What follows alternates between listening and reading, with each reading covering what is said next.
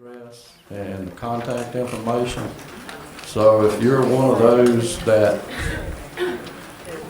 has done that, would you please fill out another one and pass it forward with all of the information on it? I would appreciate that very much. The Caddo Parish School Board meeting, please come to order. If you will, join us in the prayer and the pledge led by Board Member Mary Trammell. Will you please join me by bowing your heads and keep these thoughts in your mind as we begin our prayer. We would like to have a moment of silence for all the people in Oklahoma and more, for the students and for the teachers that stood fast to make sure the safety of the children. Will you please bow for a moment of silence, please?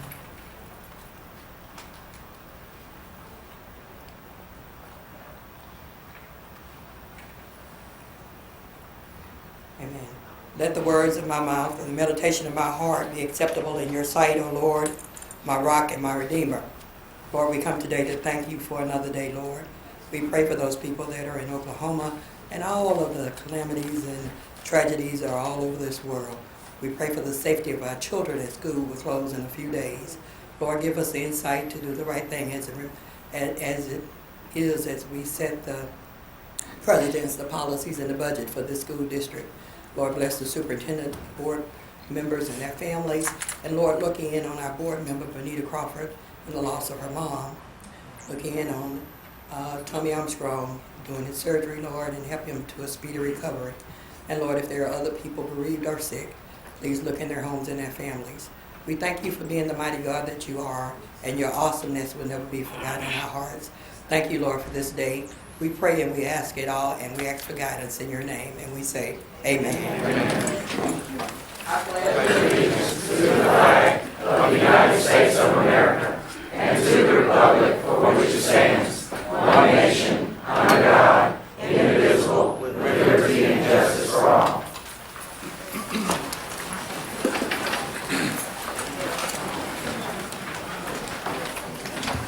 Please join me in silencing your electronic devices. I would appreciate it very much. Roll call.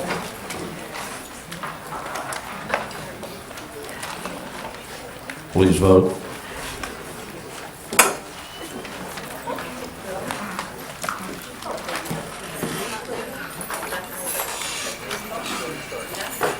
Ms. Bell? Show the vote. Thank you.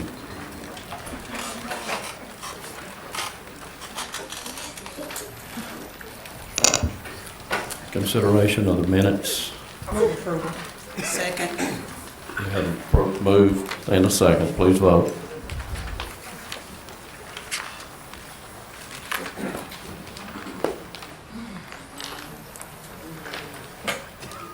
Show the vote. Oh, she did. Thank you. Dr. Dawkins, presentations and recognitions. Thank you, President Ramsey, members of the board, members of the audience. Due to the inclement weather, oncoming inclement weather, we've suspended until June 2nd the recognitions and presentations tonight. Mr. Nero. Thank you, Superintendent. Just wanted to let everybody know that we have moved those presentations to June 4th, and we are notifying those parents with the impending weather. We do have Ms. Green that has a few presentations that she wanted to make here, and I know that she's going to be brief. So if we could have Ms. Green do that real quick. Mr. Renz. Thank you so much, Mr. President. On tonight, I could not let this day go by without recognizing some very, very special people from the Green Oaks High School. I have four quick, very, very quick presentations that I'm going to make. The first presentation and plaque that I'm going to present is to the Green and Gold Foundation. Is there a representative here from the Green and Gold Foundation? Okay, they weren't able to make it. Just want to recognize them. I'm a member. Okay, come. Please come and accept it for me. The Green and Gold Foundation is, The Green and Gold Foundation is such a big help. They help the athletes get food to the athletes, and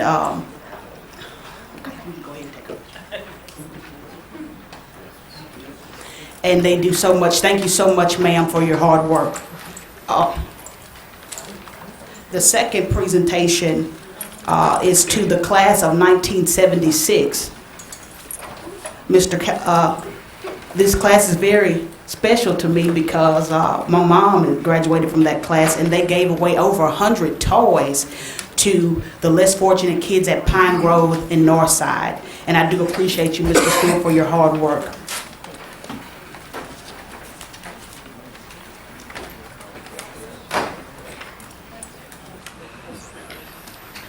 My next award is to the Green Oaks alumni.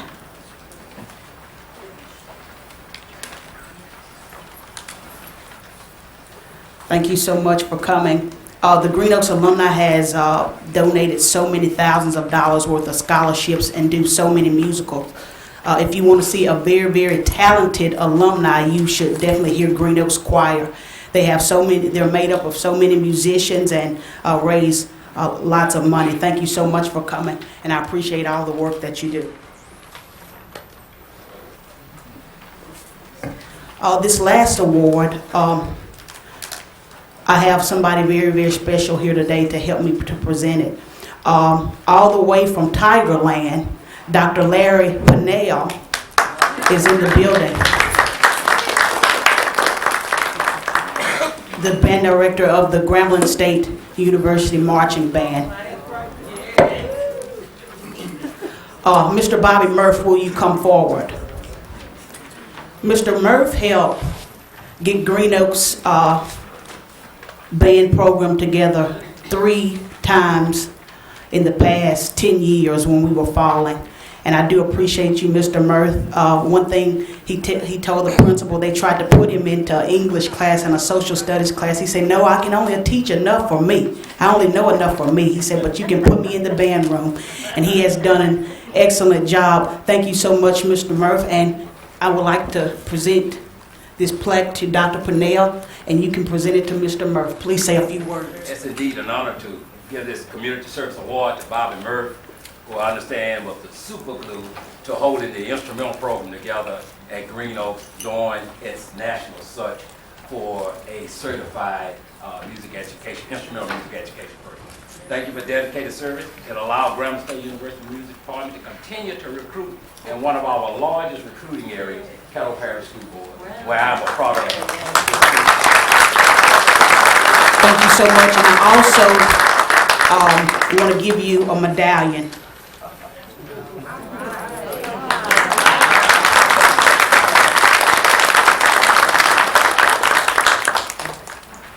That ends my presentations. Thank you so much.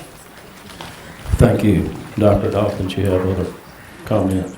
Mr. Ramsey, before we have the public hearing for renaming of Southwood, just want to remind the board that we did release all of our students, that we've canceled all night activities, and there's an impending storm possibly supposedly arriving by 6.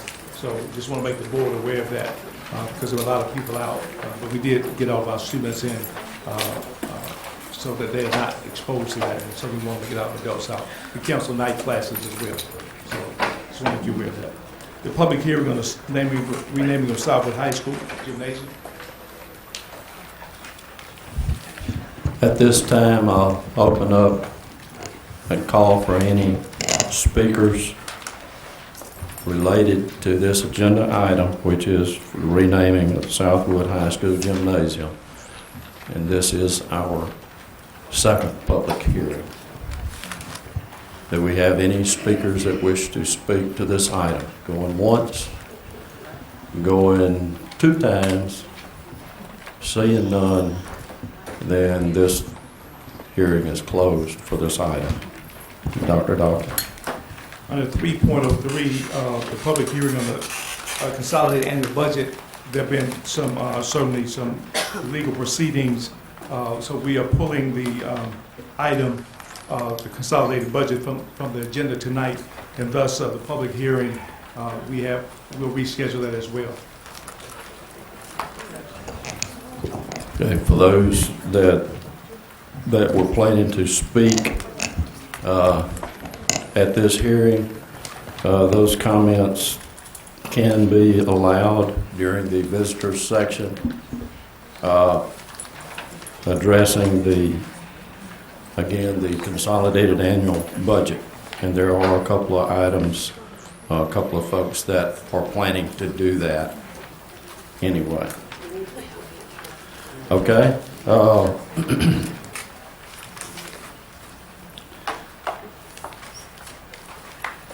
And that does bring us down to the visitor section. We'll start with the first one.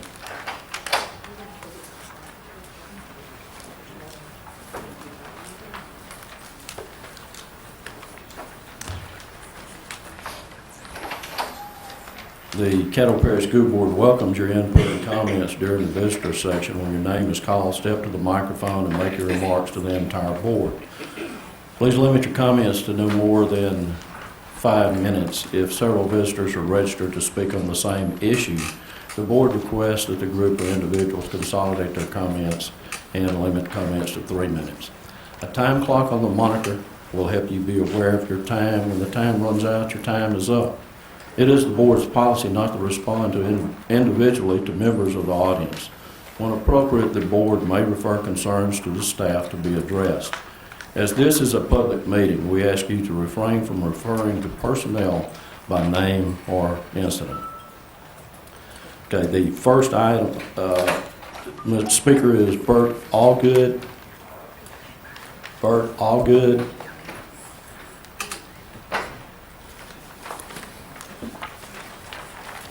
And the topic is teacher supply fund, and that'll be 5 minutes. He's the only one speaking on that item. Thank you. I'd just like to speak shortly about the teacher supply fund, what you're proposing to cut it. You need to realize what we do with this money that we take. What I buy with it mostly is like printer cartridges. I need the money to buy printer cartridges. I need to print out tests. I need to print out progress reports. If you take the money, what you're effectively doing is giving me a pay cut because I still have to buy the cartridges. I can't get them from school. I can't get them from anything anywhere else.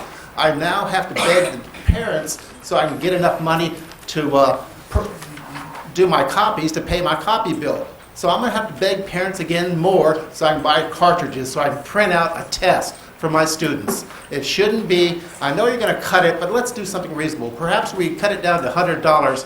If we do something like that, I can still buy cartridges, not much else. I'm not buying $5 or $10 ink pens to be fancy with, just cartridges, something like that. That's all I wanted to say, and appreciate your effort in trying to make this as best we can. Thank you. Thank you. Actually, that should have been a budget item, and there are a lot of those, so anything on the budget will be 3 minutes. April, is it Carberry? Is that correct? That is correct. It is the budget, and you have 3 minutes. Please state your name and address for the record. My name is April Carberry. I live at 500 Gladstone Boulevard. I want to talk about the cutting or modifying the planning schedules for teachers on the block schedule. According to Bulletin 741, under item B, under 913, no teacher at the secondary level shall instruct more than 750 student hours per week, except those that teach an activity class. Looking at the numbers from this year, I teach about 685 hours, contact hours a week. If you go to adding one more class, which will be 30 students, I mean, through attrition, retiring, I'm going to have another English class. I'm going to have 820 hours of contact hours with students per week on the schedule as it is now. And I don't have the largest English classes at our school. There are teachers who teach more students than I do. Grading research papers, grading essays, grading things like that require time. I don't have time. I can't give more time. If I lose a planning period, then my family is going to suffer because I have to to grade papers, or the writing of my students is going to suffer. I am not going to allow I'm not going to have my students write as much. And if we want to create world-class students, we have to give teachers time to plan. We have to give teachers time to grade and assess. And we cannot do that if we don't have planning time. Now, I'm also a parent of an elementary school child. I do not want elementary school enrichments to be cut, because are we creating world-class students? They need to know about the arts. The arts, we just saw a presentation about an art program. We need the arts in school. So I'm arguing for arts, no cutting of those enrichments for elementary school kids, and do not modify the planning schedule for high school teachers. I know there have to be cuts. I am not an analyst. I'm an English teacher. But someone has got to come up with a better solution than those solutions. Thank you.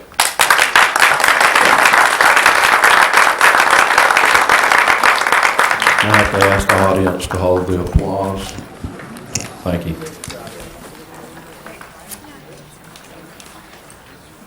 Scott Hughes. On the budget.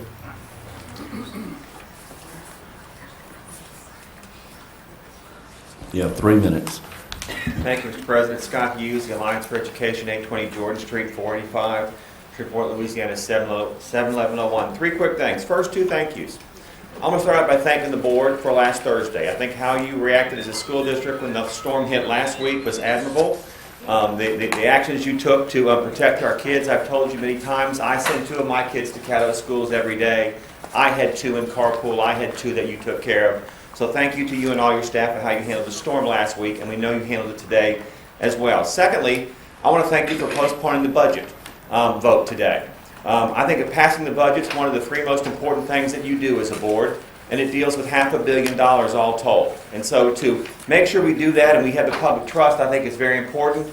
And I know you may disagree with some of us, but there were questions concerning the process. And I appreciate your willingness to put off the budget vote formally for a week or 2. There's no hurry. It doesn't have to be submitted until September. I know we want to get it done by the end of this month so we can make some staffing changes if those are required by the budget.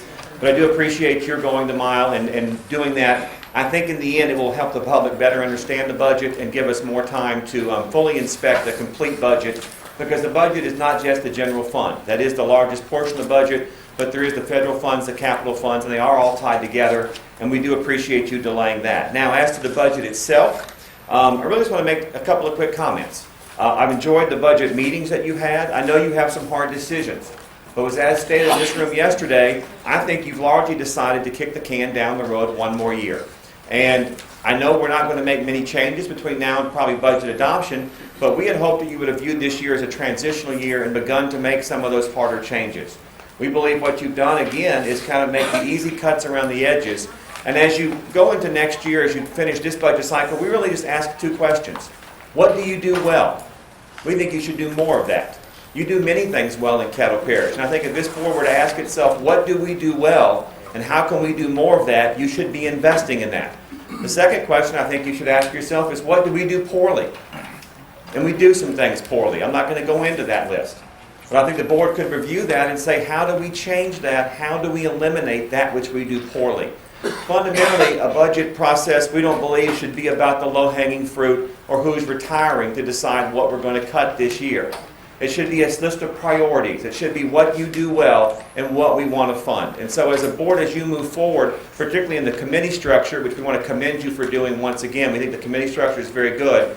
We want to see more conversations about what you do well, what you do poorly, and what your priorities are. DeSoto Parish just recently cut $9 million. That's the equivalent of you cutting 40. And they kept universal pre-K and they kept TAP. Those were priorities to the parish. We asked the question, what are your priorities? Fund those first. Thank you very much. Board Member Green has asked for a point of personal privilege. Yes, sir. Thank you so much. I couldn't let this time go on without recognizing my city council lady, city councilwoman Rose McCulloch is sitting in the back. Please raise your hand and stand up so they can see you. Thank you so much for coming.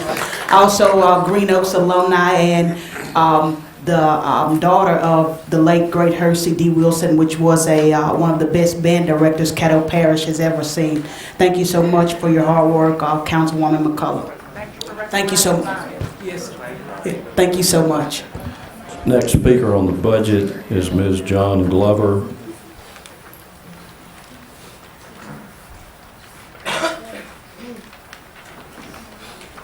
Please state your name and address for the record. Thank you. Good evening, John Glover, 8100 Pines Road, Apartment 3H. Yesterday, while sitting in this venue, the exchange of dialogue presented was somewhat complex. Complex in that many questions were posed and very few clear answers were given. A display of arrogance, an atmosphere of "I dare you act such" permeated the setting when questioned why about specific issues that were not clear. When such practices are present in an effort to disguise our positions, we have to abstain from even considering adoption of this budget. I have always known that there could be a possibility that my job could become a pawn in this equation because I opt to stand before this board and share with you the concerns and issues that not only plague me, but should be of interest to you all. Do I not have the right to address this board beyond fear or retaliation? I should. Understand one thing. This board has been entrusted to oversee the educational needs of every child here in Caddo Parish. When I stand before you with the continued issue of academically unacceptable schools and see that you are considering opting to increase teacher-pupil ratio, concern is there. Who will such a move benefit? Of course not the child who is already at risk, but our budget may see savings to the detriment of our children. Can we really consider overwhelming classrooms with more students when they are already at risk? Do we care? We should, because the very inhibitors that we have tried to avoid will truly manifest inadequate resources for every child in Caddo Parish. Devastation is on the horizon. If we don't contain it, it will be destructive. Here in Caddo Parish, we have lost sight on the importance of ensuring that every child receives a fair and equitable education. Let's regain our ground. Let's ensure that the resources that are needed to promote such are available. It's up to you all. Casting your support for this budget is not the answer today. Too many unanswered questions exist. Postpone this until such time, again, clarity of issues are present. Then and only then should you cast your vote. As far as your employees go, listen to them.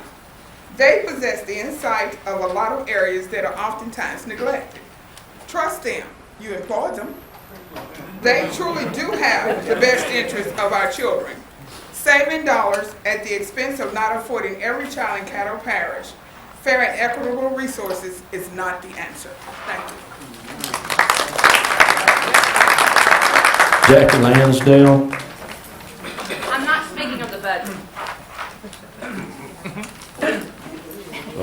I put a budget one in there, but I'm only going to speak You on. have a number two. You want? Yeah, I'll speak on the Okay, number two. visitors, okay, 5 minutes. I can throw this one in the trash. Thank you. Jackie Lansdale, President of Red River United, 1726 Line Avenue, Shreveport, Louisiana. Board member, Superintendent Dawkins. Make no mistake, this has been an absolutely grueling year for public educators in Caddo. It began when we were treated in the most extremely disgusting and embarrassing and disrespectful manner by being locked out on the Capitol steps. Our own legislators refused to listen to our concerns, but we stood up. We were forced to file lawsuits we might add that you as a board chose not to participate in. Thankfully, Governor General's so-called education reform bills were ruled unconstitutional. And here we are, still standing. Still standing to fulfill our promise of an opportunity of an equity and a quality public education for the boys and girls of Caddo. Still standing to help this board secure 3 millage renewals. Still standing to overcome your unwillingness, rather refusal to consider other funding mechanisms. We still wonder why. Now here we are facing another haphazard and a piecemeal budget at best. You sought little to no input from your employees, parents, or the community. You rushed this critical process, we believe, to accommodate personal vacation schedules. This budget, first of all, if anything, tries to snooker teachers into adding extra classes with no planning on every other day. We thought the school board operated with good sense and good purpose. Past practice in the state law, while ambiguous, still clearly defines a planning period. We depended on Caddo to stand out as a district that recognized the value of its employees. Items such as duty-free lunch, as fine planning period, and supply money have in the past set Caddo apart from other districts.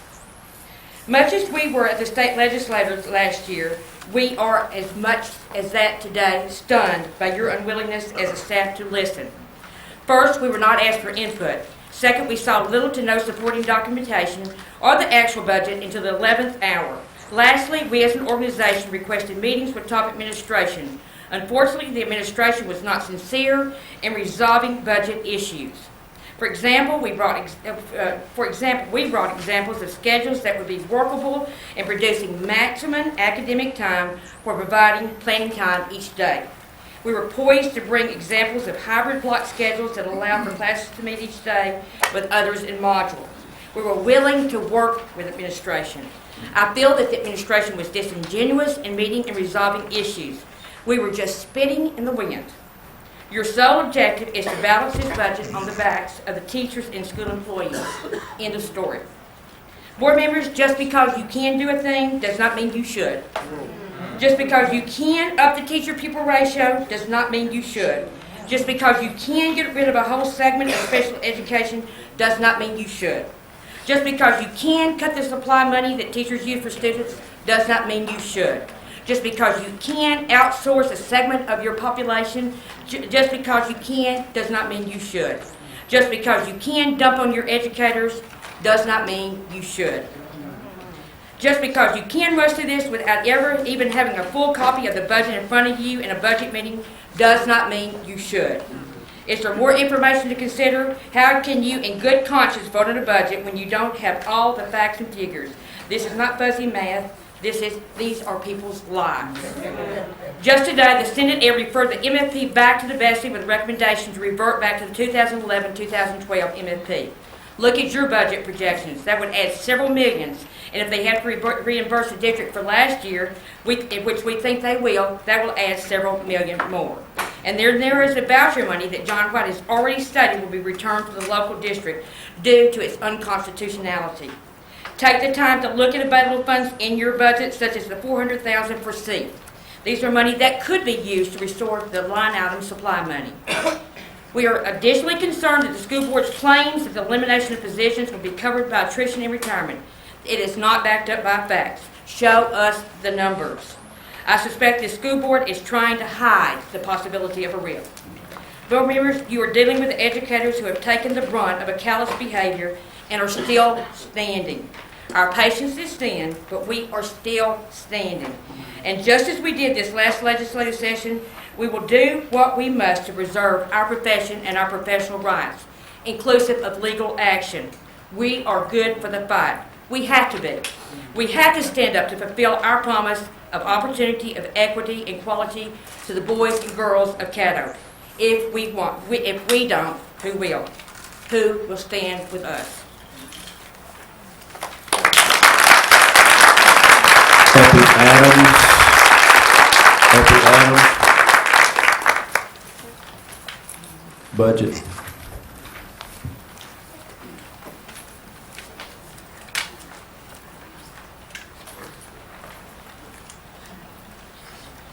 Effie Adams, 2853 Alcade Drive. Speaking on behalf of the Caddo District Parent Teacher Association. President Ramsey, Superintendent Dawkins, and members of the board. First, thank you for live streaming and archiving your work sessions and board meetings. This service has allowed me to remain up to date when I've been unable to attend recent meetings these past few weeks. My remarks tonight regarding the budget, the 2013-2014 budget, are perhaps different than all the other comments that you will hear tonight. They are not in terms of saving jobs or programs, because I recognize that difficult decisions can and will be made, and in my humble opinion, should be made. But my purpose this afternoon is to offer outside-of-the-box solutions. First, in representing the Caddo District PTA, which is 11,000 members in this district, that is including parents and grandparents and students and faculty members.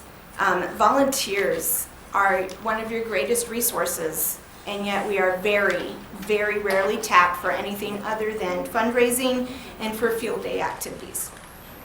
The second is that the National PTA offers several volunteer-based programs that potentially have the ability to augment or fill the void of reduced and eliminated programs as you look at your school budget. There are programs that address poverty, dropout rates, programs that address health care, and healthy living initiatives. The National PTA also offers or co-sponsors several grant programs throughout the year. For example, a recent partnership with Kindle sponsored a grant that offered 10 Kindles to winning schools. None of our schools participated. I am reluctant to say that, but none participated in a program that potentially could have put 10 Kindles in their students' hands. Basically, what the Parent-Teacher Association offers is a strategic partnership in seeking nationally recognized, proven solutions to real-world issues that the Caddo Parish school system faces, including the 2013-2014 school budget and future budgets. Again, the PTA is more than just fundraising for filling in the gaps when teachers now have to supply even more of their own school supplies, or providing programs such as field days. But these other programs that we are currently not tapping, partially because we have PTAs that are afraid to even address these issues. But they are no-cost solutions to these real-world problems. Yes, there are solutions that require volunteers, but I firmly believe in the power of the volunteer and the power of the masses. Just look today at a school board meeting that actually has participants, considering that I've attended several where maybe 10 of us were not associated with the school board. Again, I hope that you will consider this and consider working with us as a Caddo District PTA to pilot some of these programs in our school district to see how well they work, and so that they can be solutions for upcoming school years. Thank you for your time and consideration.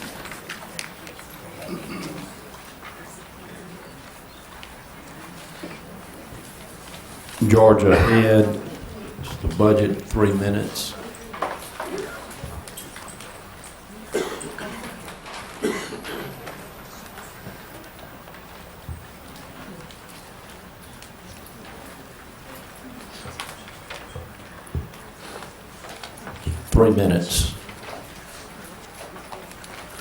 Reset the clock, 3 minutes.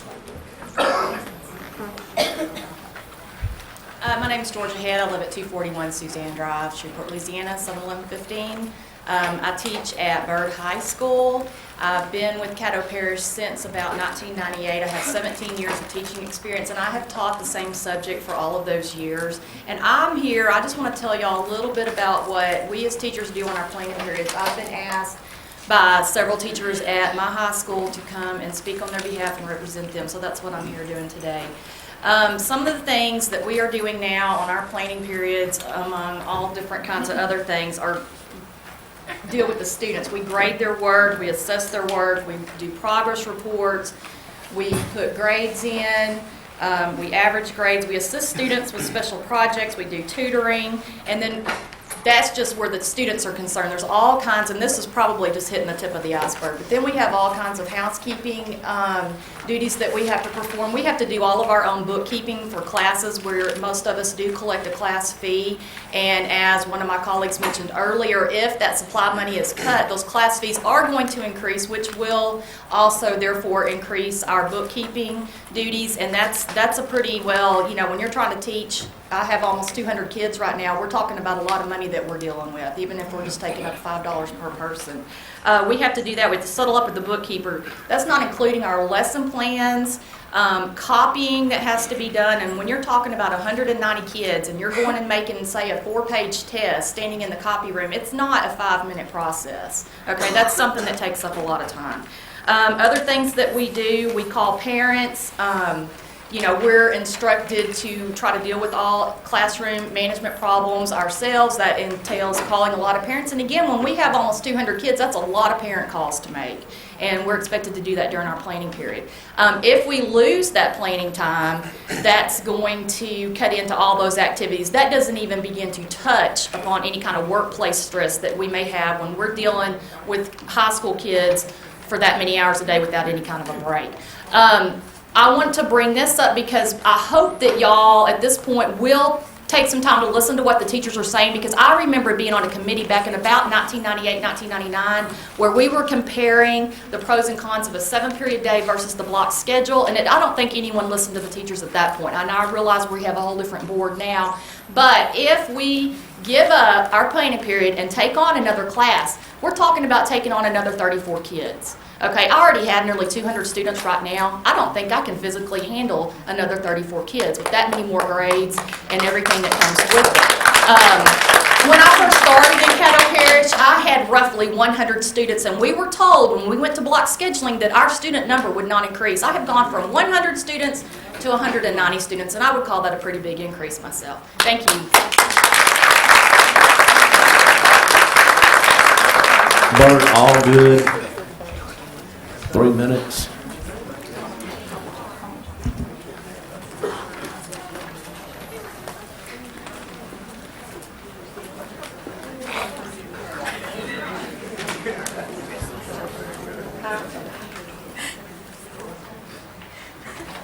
State your name and address for the record again.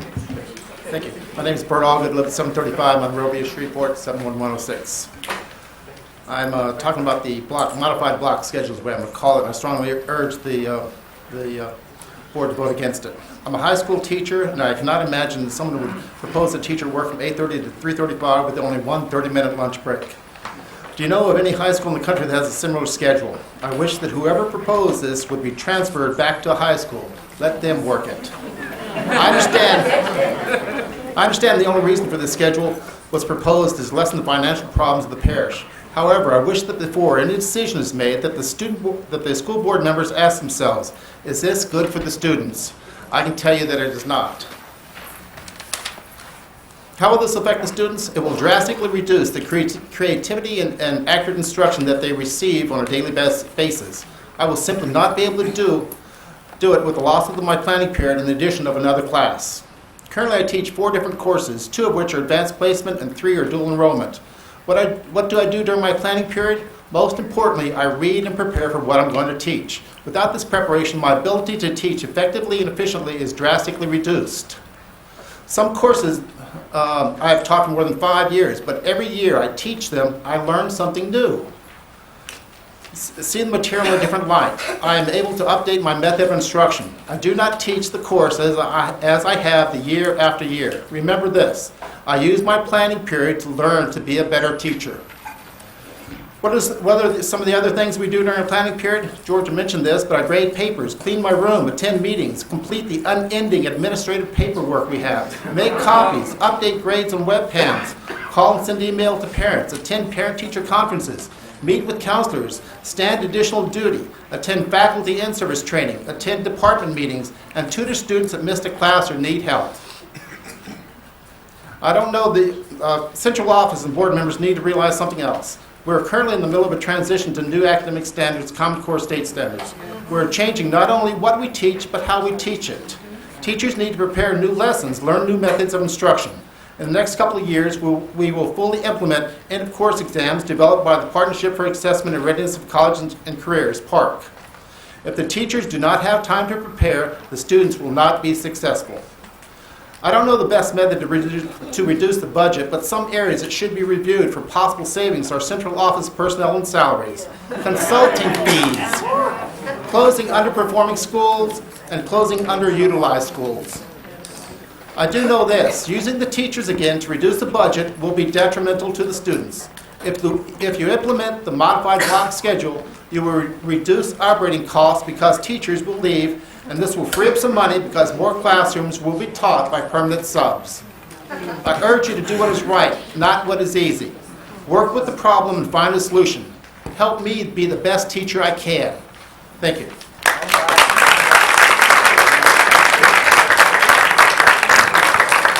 Brian Salvatore, 3 minutes.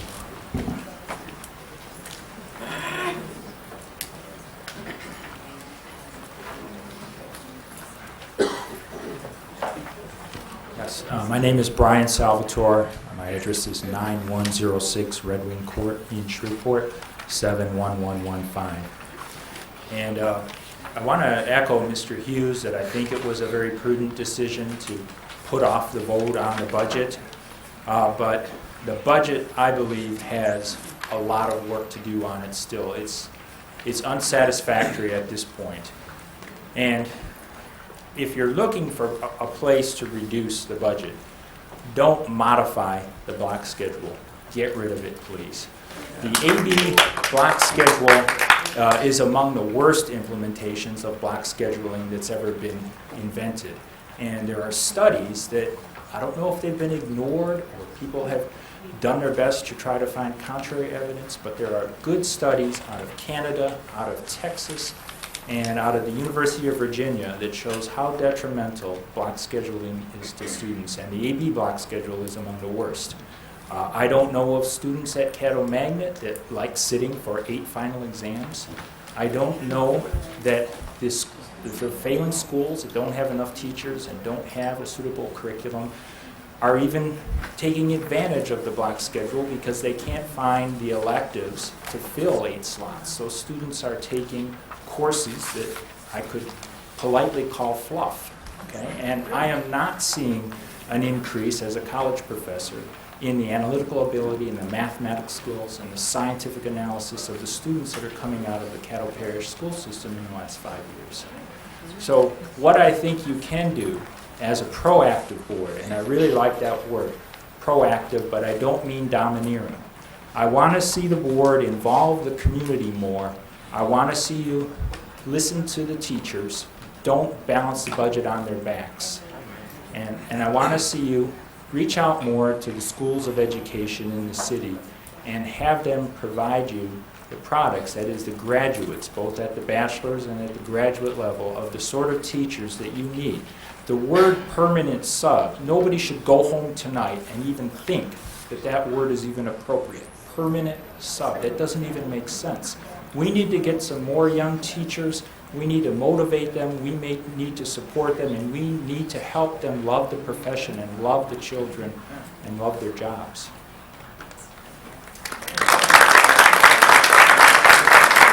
Diane Long.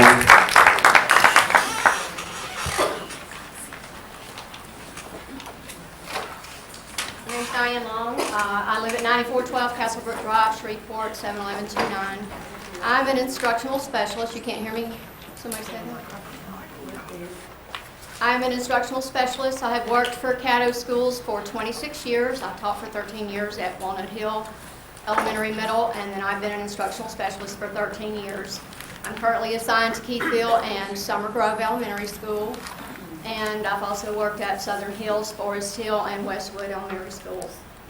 As part of our Behavioral Corrective Action Plan, an LRE action plan was put into place because the state has identified that Caddo has too many students with the exceptionality emotional disturbance in self-contained settings. So this program was put into place, and Keithville Elementary Middle School was one of the schools that participated. We have a class for students with the exceptionality and emotional disturbance. We held meetings, IEP meetings at the beginning of the year, and with parent approval, we had 2 parents that refused. With parent approval, we moved 7 students, less restrictive, meaning instead of being in a self-contained special ed class all day, we moved them to a regular class, some of them just for social studies, 2 of them for science and social studies, 1 of them for math. We have held 25 IEP meetings altogether this year for those 7 students. The program has been a success. All of our students passed for the year. The behavior intervention specialist, the school psychologist, and myself are a special ed team, and we have worked as a team with those students to make sure that they are passing. Every 2 weeks, we check their grades. We collaborate with the regular ed teachers. We make sure those students are passing. We make sure that if they're having behavioral concerns, then we have had another IEP meeting to address those behavioral concerns. We have met with the administrators. We've trained teachers, the regular ed teachers that are working with these students, and the paraprofessionals that are working with these students in the regular class. We have had training for them as well. On May 10th, we had a staff meeting for instructional specialists, and we were told at that time that they were considering cutting 5 instructional specialist positions. I was given accolades at that meeting for this program at Keithville, and I was told, we were all told, that if there was not an instructional specialist in place at Keithville this year, all of that work for that LRE transition program would not have happened, and we would not be getting out of our behavioral CAP. So my fear is without an instructional specialist at these schools, we are going to go back into a corrective action plan, which is going to cost the district more money than eliminating the instructional specialist positions. So my request for you is that you look at the budget very closely and see if there's anywhere you can cut besides cutting our positions working with special education teachers.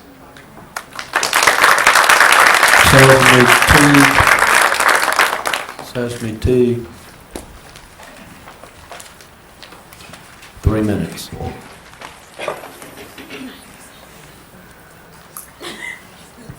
Good evening. My name is Sesame Teague, and I reside at 1000 Riverwalk Boulevard, Shreveport, Louisiana, 71105. I come before you just to bring up a couple of points to ponder on.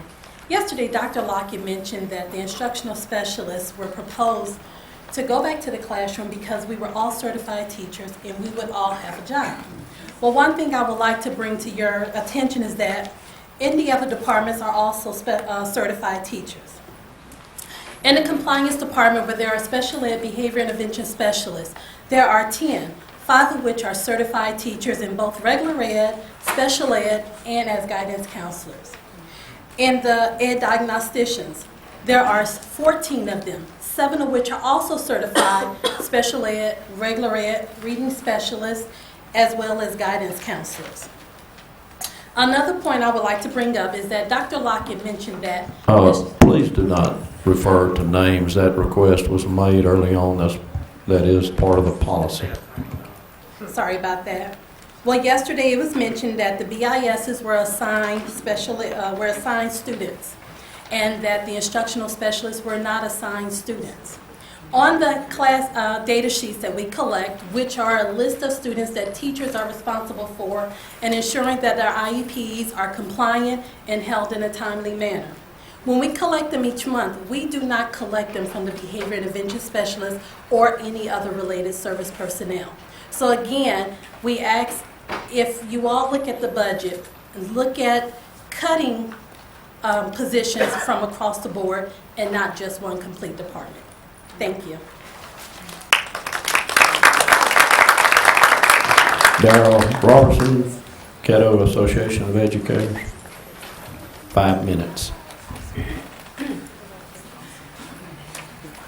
Good afternoon. My name is Darrell Robertson. I'm the president and spokesperson for the Caddo Association of Educators and Education Support Professionals, 3007 Light Street, Suite 210, Shreveport, Louisiana. I won't hold you hostage for 5 minutes. I'll just simply say that we appreciate you putting off the vote on the budget this evening, and I'll say questions, questions, and more questions.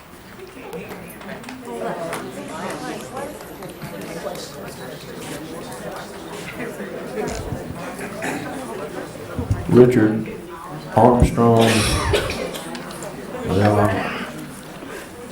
Is this Armstrong Scott? Is this Ricardo or Ricardo? I'm sorry.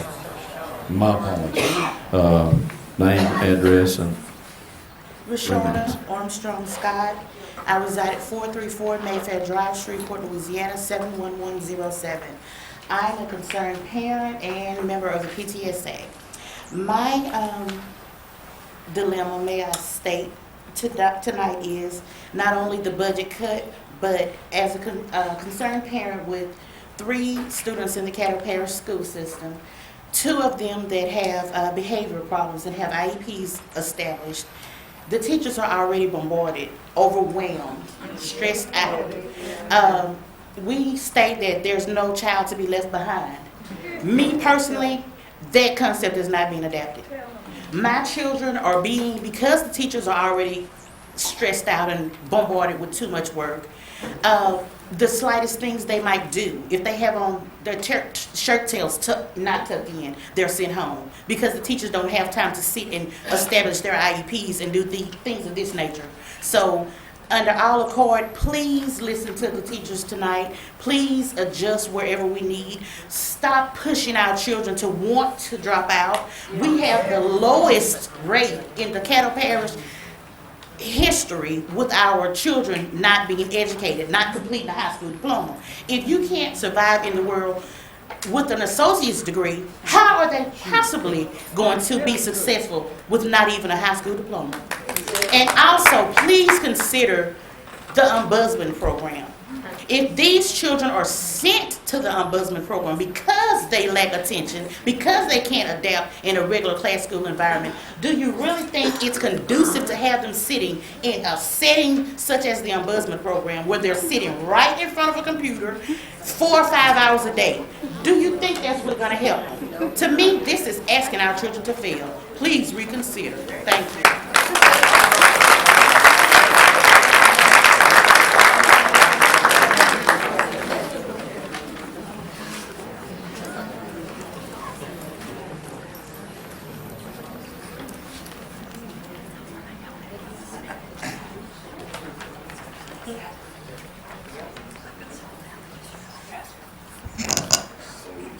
Orlisa Johnson. That'll be budget. Yes, sir. I'd like to say good evening. God bless to each one of you. Orlisa Johnson, 1833 Christopher Glen, Shreveport, Louisiana, 71107. I come before you to speak on behalf of the budget in relationship to classroom sizing. Speaking from all 4th grade teachers, I have a letter from one of my coworkers that voices our opinion. As a 4th grade teacher, the overcrowding of classrooms has been extremely stressful. As I begin the 2012-2013 school term, my classroom swelled from 27 to 31 students. 4th grade is extremely important grade to these students. And with the class size that's big, how can I effectively be a teacher? Even with the most excellent classroom management skills, it is very difficult to effectively monitor these students. There are not enough materials to properly teach or evaluate the students. Classroom time was pushed to the limits and strained small group instructions. The students still range from 8 to 11 students in small groups. Several students were deficient in core areas, requiring intensive instructions, which was hard to properly execute. Students with behavioral problems or issues took advantage of the overcrowded classrooms, caused extreme disruptions. Students' materials were hard to arrange as well. Students would trip over the backpacks, notebooks, and other materials. Students with IEPs were given the accommodations needed, but other students were able to benefit from the read-aloud material. Other small group instructions and shortened assignments which handicapped students that did not have IEPs due to the closing of seating. Several teachers requested the assistance of paraprofessionals to make sure that students were effectively monitored and received the maximum instruction possible. We were denied the extra assistance. Please, please, please, and more please, do not increase classroom numbers. It has greatly impacts student scores, behavior, and maximize instructions. Educators desire the best for our students, which reflect our school districts. Please consider this decision, as future minds depends on our actions. Sincerely, our concerned 4th grade teachers.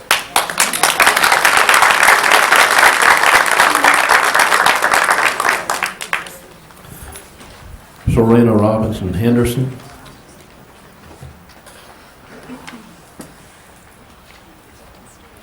Serena Henderson. Oh, here we go.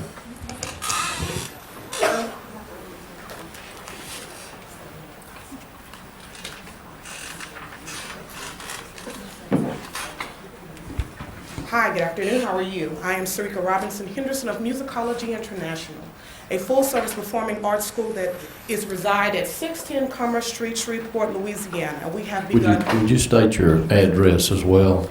I reside at 6309 South Crest Drive, Shreveport, Louisiana, 71119. I do apologize. Is it okay if I proceed after everyone has finished?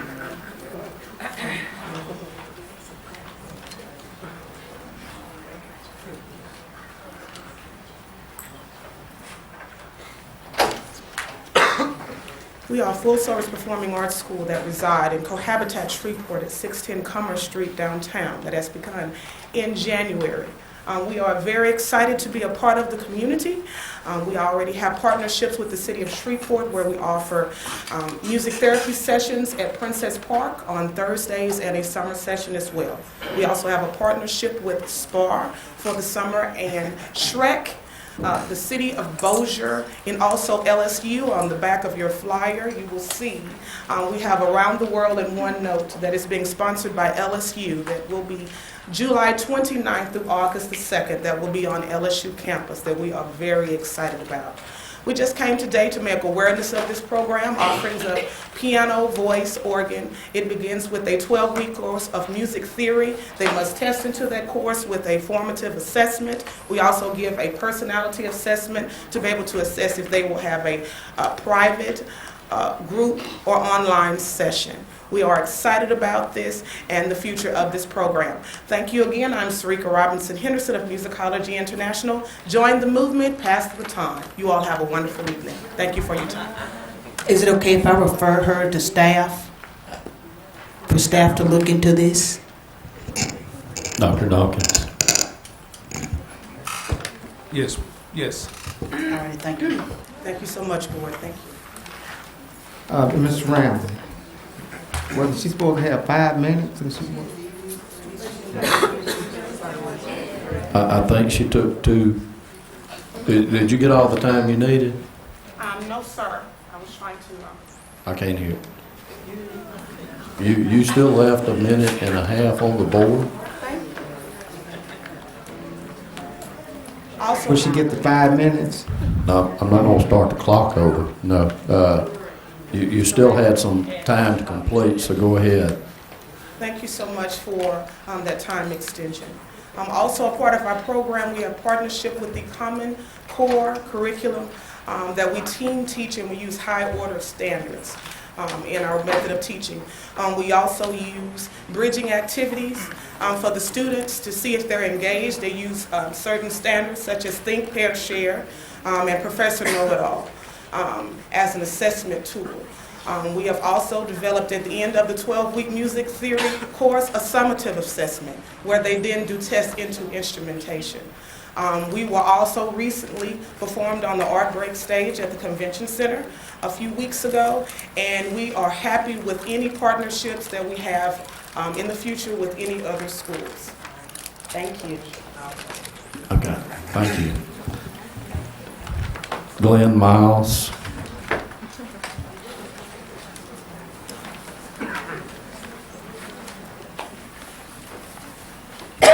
Please state your name and address for the record in 3 minutes. My name is Glenn Miles. I live at 213 Newport Street, Vivian, Louisiana, 71082. I'm very concerned about my bus driving job. I've been with the parish a total of 15 years, 13 full-time. When I first come to work for the parish, there was over 500-something buses on the road every day, and 5 people run that office. My check was never off. Every field trip I put in, I got paid for. Nowadays, who knows? This system we have over there, you may get your check, you may not get your check. I've heard y'all been told that we are late. Sometimes I've done 4 routes of a morning. Yes, children are going to be late. Can't help it. I've never been late. The whole time I sit, well, I lied. One time the bus broke down. Okay? Or they done something. I believe in doing my job. And my question, another one of my questions, why do we have to have assistant has to have an assistant in the office over there? What kind of training period? I got a phone call from a person going to chew me out because I'm late. We spent, I don't know how many thousands of dollars for that GPS over there. They didn't even look at it. Where was I? You know? Okay. Gosh, I'm nervous. I probably ain't gonna have a job anyway tomorrow.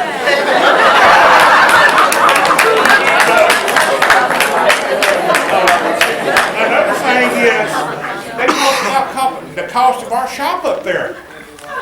Our mechanics pull our engines out and they overhaul them for $25,000 to $3,000. I've been told they pull the engine out over here, they send it out over $10,000. Our breakdown rate up there, we have 1 or 2 buses a week that may break down. We got a good, wonderful shop up there. Okay. Next question, I guess, is really to y'all. If we're so broke, now I've heard this, if we're so broke and don't have no money, how can y'all go out and hire an agency if y'all have not done this? Okay? I don't know. I'm not a politician. But how could y'all go out and hire an agency to find us a new boss man? And I don't mean that to be ugly, okay? I'm not being ugly to y'all. I'm just curious. I appreciate your time. I hope I have a job tomorrow.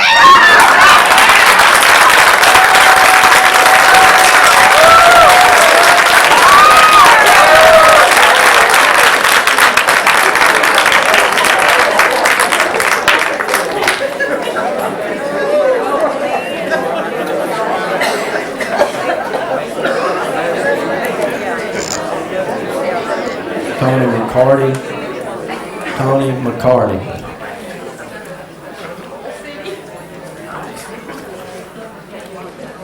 My name is Tony McCarty. I live at 12,186 Louisiana Highway 538, Mooringsport, Louisiana, 71060. Now, Glenn's going to be a hard act to follow. I'm not going to get that much applause. I'm not here to be an antagonist, okay? I know you got a lot of issues that you're addressing, and I just want to try to be, from my perspective, offer some suggestions. Have you considered going to a 4-day work week? Eliminates 20% cost in transportation. All that fuel you save, you extend the life of the bus another 20%. Okay, make a lot of teachers happy. Get that extra day off, kind of recovered, and might be a good way to get a little raise out of it. You never know, and still make the budget. I understand we're about 20. I'm also a tax-paying citizen. We're about $21 million over budget. The 20% reduction or that one day a week would certainly add, save on cost of the building, heat, the air, maintenance, 4 days for janitorial, get it cleaned up a little bit quicker. Now you say it's traditional for a 5-day work week for schools. That's true, and the parents are used to pseudo babysitting during the week on that 5th day perhaps. But you know what? And I'm proud to drive for Oil City School. We have an excellent principal and I think an excellent program up there. He's very helpful with all our drivers. One thing we do when, believe it or not, as we get older, and most of your drivers are retired or older people, you know, you do get sick and you do need a little attention from time to time. What we normally do, and bless their heart, Vivian can't send out buses to you when you don't have drivers, okay? The biggest solution would be to hire more drivers. When I went to work as a sub for almost 3 years, you had to beg somebody to let it work for you, okay? I actually had to beg to work a half a day so you can get some experience and so forth. It took 3 years to get on regular or a full route. Not that way nowadays. There are no subs. And what few they have, they work them to death. You know, it's difficult. Hardest thing in the world to do is to be a substitute teacher, a substitute driver. You go on a route every morning when it's dark and you don't know where you're at. You can't read stop signs. You can't see anything. You just hope the kid's there. And if it's early in the morning and it's dark, it's real easy to go back. And you worry about the safety aspect of it as well. I'm about to run out of time. Of course, what will happen, this 100-plus drivers north of 220, we'd have been probably a little bit happier if we hadn't read about it in the paper. That's the first time I knew about it. We felt we were part of a team. And that's the Caddo Parish School Board team. And we'd like to be considered as more than just a stepchild. We take care of your kids safely each and every day, okay? We take pride in doing that, picking them up, knowing the parents. There's not a parent on my route that doesn't have my phone number, my cell number. And trust me, they use it. And it's a good thing. They let me know when they're not going to be there, and that helps out on right some. And I'm out of time. Thank you for yours. Carol Pabst.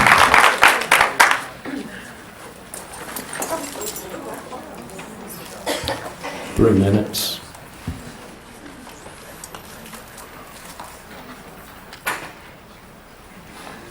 Carol Pabst, 2504 Pinehurst Boulevard, Shreveport, 71104. Good evening, and you've already heard a litany of all of the things that teachers do during their planning period. Since you guys are so fond of numbers, I thought that I would try to translate some of those duties into numbers for you. There's research to indicate that it takes about 3 minutes to grade an essay or other typical assignment. If I have 7 classes and they have 35 students in each class, that's 12 hours plus to grade one set of assignments.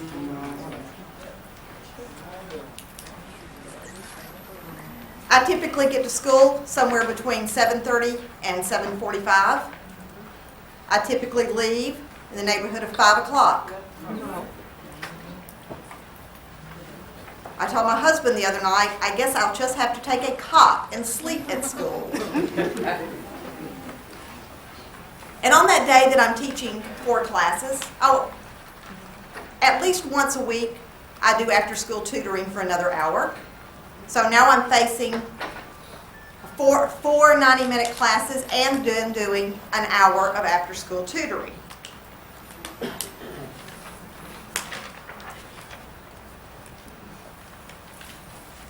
I'm grading almost as many makeup assignments right now as I am current assignments because I anticipated getting word, like we did last year, that any student who had a D or an F had to be allowed to make up assignments. We got this last year. And we had to be, okay? And it came from somebody in the school board. I was at a different school then. So I've been giving all of these students this opportunity to make up these assignments, which of course I'm having to grade. Well, when we go to this schedule, and we don't have this extra planning period, and then the grades don't get in WebPAMs, and then the parents call the administrators and say that I'm not grading things and I'm not putting them in WebPAMs, you know. And then more students are going to fail, and of course that's going to be my fault too, because everything that happens badly in the schools is the teacher's fault. Everything. We come up here year after year, we try to put a face on what is happening in the classroom, and every year you go ahead and do what you're going to do anyway, which is what I fully expect to happen this evening. And then when the students don't achieve, we get the blame. Now, honestly, how long do you really, really expect us to continue doing that? Really? I mean, do you really, really think that we are just going to keep showing up and being abused and being talked about? My time is up. Robin White.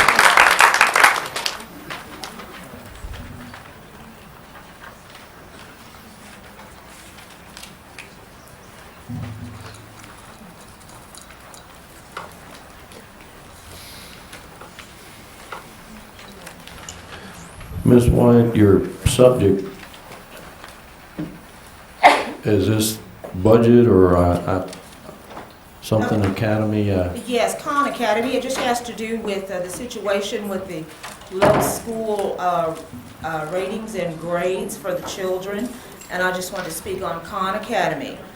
Okay, 5 minutes. 3 will be fine. 3 minutes. Okay, my name is Robin White, a native of our beloved city and product of our Caddo Parish. Do your address too, please. Okay, it's 3118 Lake Hills Drive, zip code is 71119. Okay, and my name is Robin White, a native of our beloved city and product of our Caddo Parish school system. I'm a wife, a mother, a grandmother, a published author, and a concerned citizen, as well as the founder of Women of the Round Table, which is what brings me here today. I have concerns pertaining to the performance of children's academic performances, particularly math. And yet, as I stand before you here today with my concerns, I also respect and understand the importance of proposing solutions as well. My proposal is a program called the Khan Academy, or KA as it's often referred to. It is a database of free videos that make learning subjects like math fun. These videos are currently being piloted in a school in California and have been since late 2011. Now, 2 grades, 5 and 7, in the district of Los Altos have chosen to heavily supplement their current methods with the Khan Academy. Their test run has so far yielded nothing short of colossal success, with both students and the teachers alike more engaged and fulfilled. And the students they love the program, and it supports individual learning styles, and that's one of the things that the students love most about the program from what I've gathered. That students at any level can work at any difficulty that they want or have to, producing an extremely personalized result. As one teacher points out, teaching to the average level of understanding leaves out 2/3 of the class. The Khan Academy overcomes this, providing students with appropriate challenges and enhanced opportunity. As you're well aware, Louisiana administers state assessments in the 4 core content areas in grades 3 through 8 and end-of-course tests in high school. As a governing state in the Partnership for Assessments of Readiness for College and Careers, the PARCC, it is incumbent upon us to find non-traditional solutions to the adaptive challenges that we are faced with as it pertains to our children. As a member of this 24-state consultorium, we should continue to work together, both school board, teachers, citizens, to formulate strategies and content for the development of the PARCC assessments, which will be conducted in 2014-15. Formally request, excuse me, I don't want the clock to beat me. I truly believe the curriculum of the Khan Academy will help all of us achieve the results that we want to see, and I would like to formally request that an analysis be conducted to see if this curriculum will be of benefit to our students. And I'm done.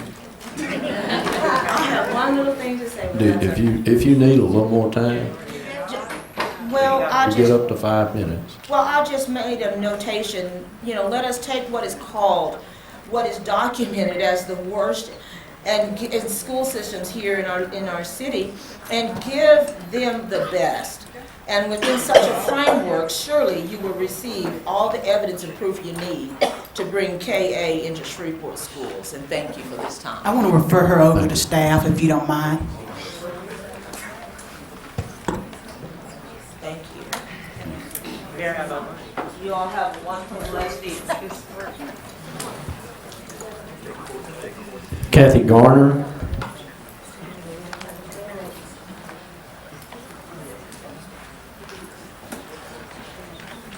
Please state your name and address. I'm Kathy Garner, 9715 Mathau. I had to think of my address. I'm so tired today. 9715 Mathau, Okay, 97, Bull City, Louisiana. 15, spell that. MATHIEU. Okay. And if I might just speak just a moment on her Khan Academy, I know I'm supposed to be speaking on the budget, but Khan Academy is a wonderful program that's free through the internet. If you have not heard of Mr. Khan, that was a man that had used it as helping his nephew that lived across country and was doing it with a board that was hooked up to his computer, and his friends liked it so much that they talked his uncle into helping them, and so he just started writing videos that would help students understand mathematics. And as a math teacher of 8th grade, we use it right now, and they are increasing every day the number of videos and lessons that are available for students that don't get something. You can set them to the side for a minute, let them watch that. It helps those that are absent. So it is a great program. So if somebody teaches or if the staff wants to know more about it, it's very accessible to teachers. I actually am here. I'm not here as a teacher. I'm here as a North Caddo Parish person that lives in North Caddo Parish, I guess I would say, and have all my life. I've taught 20 years, had 2 children in the North Caddo Parish schools, and I appreciate the fact that we had buses when I wasn't able to take them to school that picked them up. Those people knew my children. I am very close to most of the bus drivers at our school, and I just was very upset when we saw in the paper that it was being considered to outsource North Caddo Parish buses. Is it that much more expensive to run our bus barn and our buses as it is to run the cities? I mean, is there not a way that maybe we could look at outsourcing the city buses, outsourcing payroll, personnel? I'm just thinking of some other things that we might could outsource that would not affect children so much. It seems like every time that we come up to a budget problem, the very first thing that is done, it affects our students. And think about it. If you're cutting in the classroom and adding students in the classroom, it hurts the students. If you're taking and putting people that don't know our children to pick up our children to take them to school, it affects the students. If you're cutting our supply money, it doesn't hurt me. I'll go spend my own money. But it hurts those students. And it's going to cost us a lot of money as teachers to implement the Common Core state standards. It's not open a book and put it in front of the students to teach. It's going to take a lot of work, a lot of money. $200 is not a lot of money. They say they have to beg people to spend it. They don't have to beg me. If they'll call me, I'll spend theirs. I'll spend the money. But my main concern today is my community. Is that we at North Caddo Parish we're widespread. You put somebody on the back roads and the pigtailed streets and stuff, and they're not going to be able to find our students to begin with. Most of inner city schools walk to the corner, get on a bus. That's not how it is. I pick my own grandchildren up because there's not a bus that goes down Shady Rest Road, turns on Thornapple, then turns on Woodrose, and then turns on their driveway that's a half a mile. So, think of outsourcing bus drivers and asking them to find those children. So I'm asking you to reconsider if it's still on the board, and I know my time is up. But I've put in a lot of Caddo Parish time today, I promise. Okay. I want y'all to reconsider the busing in North Caddo Parish. Charlene Bouchard, I can't, is it VOR? HIES. V is in Victor, O-R. Vorreed? Charlene Vorreed? She's gone.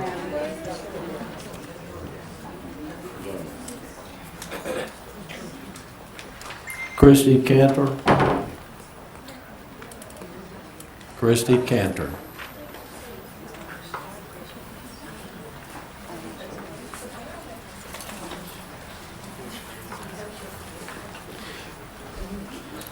Need your name, mailing address. My name is Christy Cantor. My mailing address is 1244 Ireland Williams Road, Wascom, Texas. But I teach here in Shreveport, Caddo Parish for the last 21 You'll have years. to do that slower since we didn't fill it in. I need to get that. 1244 Ireland Williams Road, Wascom, Texas, 75692. Okay. Okay. I'm here to talk about the budget.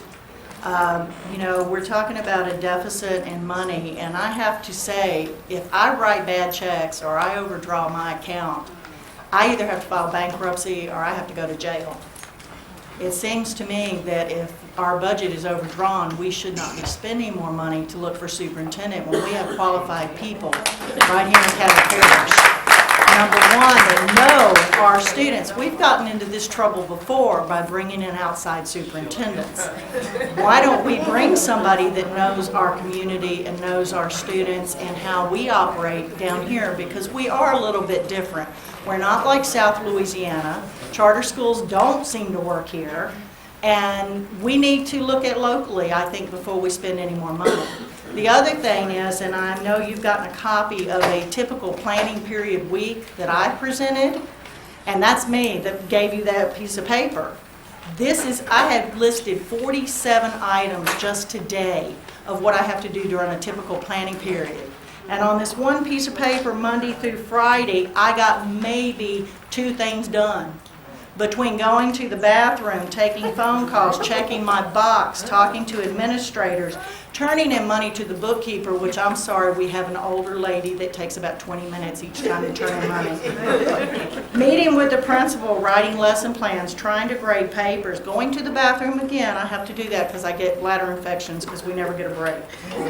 Having to do Ames web testing, which at our school is mandatory, so we're giving 4 tests 3 times a year, grading them and putting them in the system. Writing lesson plans, maybe running off papers, but the last time I did that and during this week, the machines were broke and it took 20 minutes to get them fixed before I could run off the papers. I don't know of a teacher alive that doesn't do work at home. And frankly, I'd like to be compensated for all the hours I spend at home that's not on your time.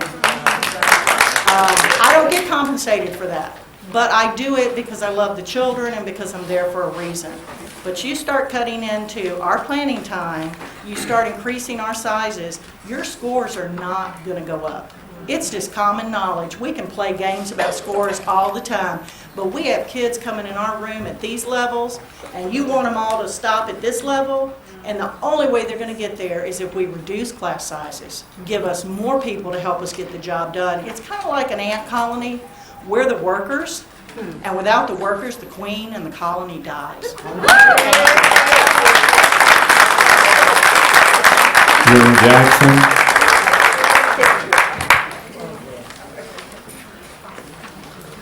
My name is Jim Jackson. I live at 271 Redbud Lane, Vivian, Louisiana. I'm talking about the doing away with our bus driving job. I appreciate you letting me speak. Why are y'all thinking of doing away with our jobs, subbing them out to anyone?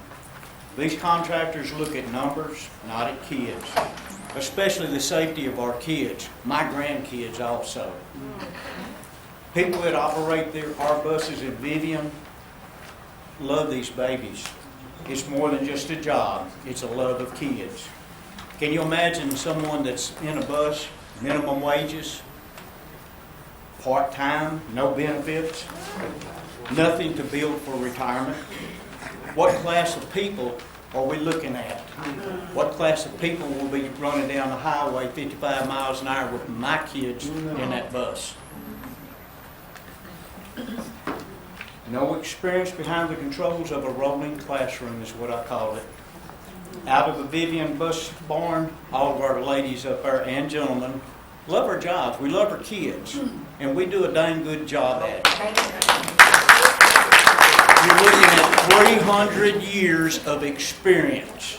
That's with a minimum of 3 years for each driver like me. I'm a 3-year driver. But I know 15-year drivers, 17, 20s. My wife, example, has got 30 years.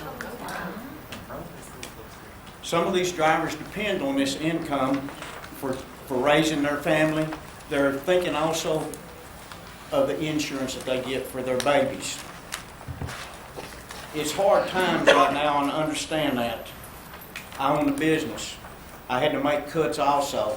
But I've learned that you don't cut the strongest part out of your business to succeed. And that's what we got, the strongest that there is in the bus, the transportation of our children.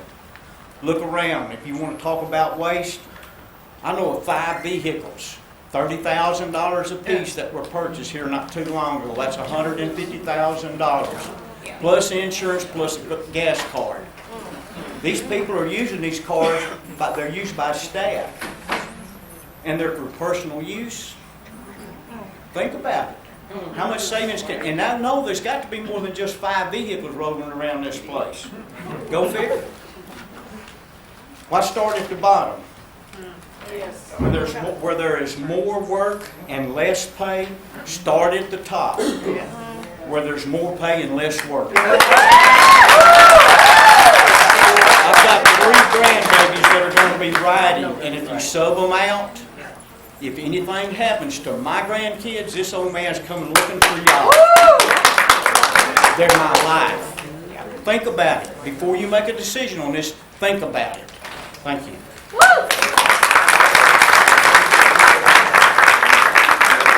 Aaron Statham.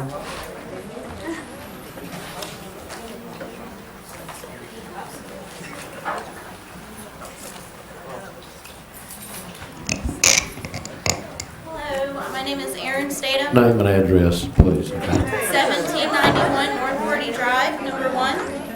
Can't hear me? There's too much noise, and it's difficult to hear. Okay, please. I'm sorry, redo. Aaron Statham, 1791 North 40 Drive, number 1, Shreveport, Louisiana, 71107. And I am a kindergarten teacher. I apologize for the attire. It was a Jean Day, and I got last minute notice of this. I have been teaching first grade and kindergarten, and I'm here to talk to you about the effects of raising the class size. If you have 26, even anywhere near that number, of little 5- and 6-year-olds in a classroom together, you want us to implement these Common Core standards, which require higher order thinking, interaction, small group work, working with kids. These children need constant attention. Even today, they still cannot work individually by themselves or even one-on-one. There's too many distractions, too much movement going on. If you increase the class size, this is going to affect the literacy all the way down the road. We build the foundation from the bottom. When I get kids that have never been to school and I have to start with how to use the bathroom and what a letter is and a number is, I cannot get them there if I cannot work with them in a small group. I'm not even meaning one-on-one, just small group, to give them the time and attention that they need. It's more than just literacy. I'm teaching them how to do basic living skills. All of this, this goes all the way down to all of your test scores. We start here. If we can't give them the time here and to give them the attention, then it's going to affect all the way up to 12th grade. And if you increase the class size, then at least give us more personnel. But I see that they're talking about putting a freeze on classified personnel. I thought that there used to be some kind of a legal limit where they had to have so many bodies per children under a certain age. At least I know daycares have regulations like that. So I'm not trying to be sarcastic. I really am not. That's what I was thinking, that they have regulations. So if you're going to increase the class size, help us do the best for the children by giving us more bodies. But I beg you, please don't increase the class size. Thank you.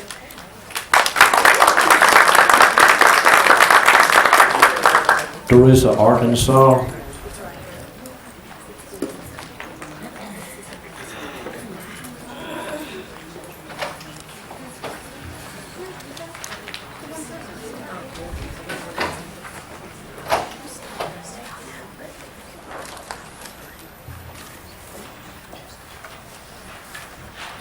Good evening. Good evening. I'm Teresa, Arkansas, 2548 Jones Mabry, Shreveport, Louisiana. We're in trying times now. Lawsuits, the Louisiana Supreme Court ruling, the Board of Elementary and Secondary Education rewriting, and now Caddo Parish School Board RIF. This is a sad day because our school board must be collaborating with our governor and our state superintendent.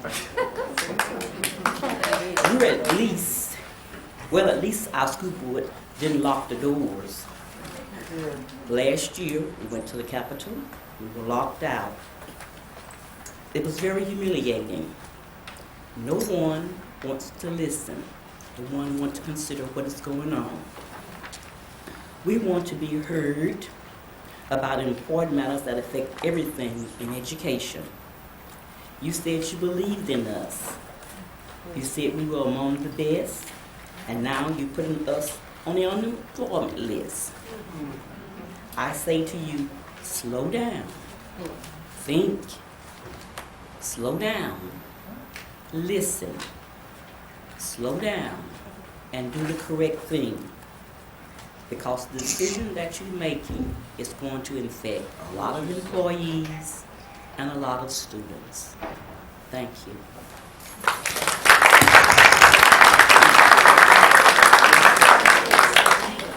Cleve, Arkansas.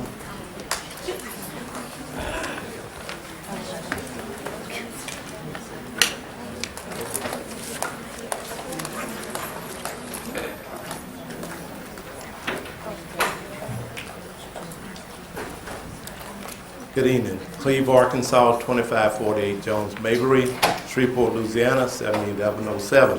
Superintendent, President, school board members. Last year was a trying year. We spent a lot of time conversing between here and Baton Rouge, fighting a fight that ultimately has been proven to be the right fight. You know, Supreme Court has ruled that the voucher was unconstitutional. Act 1 has been struck down. They're reevaluating. Legislature has sent the Bessie budget back, which brings me to the point, you know, why are we trying to rush and create a budget when we don't know the full impact of monies that's coming from Baton Rouge? You know, when I started with the Red River United, one of the things that was foremost with me was the 3 R's, our 3 R's: rights, responsibility, and respect. You know, I found the Caddo Parish School Board under assault also last year. And I was one of those soldiers that was going to fight to make sure that we had local autonomy. Because if it was left to general and white, they wanted to take over the entire state and legislate our local school board. We stuck with you. When it came to the bond issue, we was out there soliciting support when the local business people were saying, not now because you don't have a plan.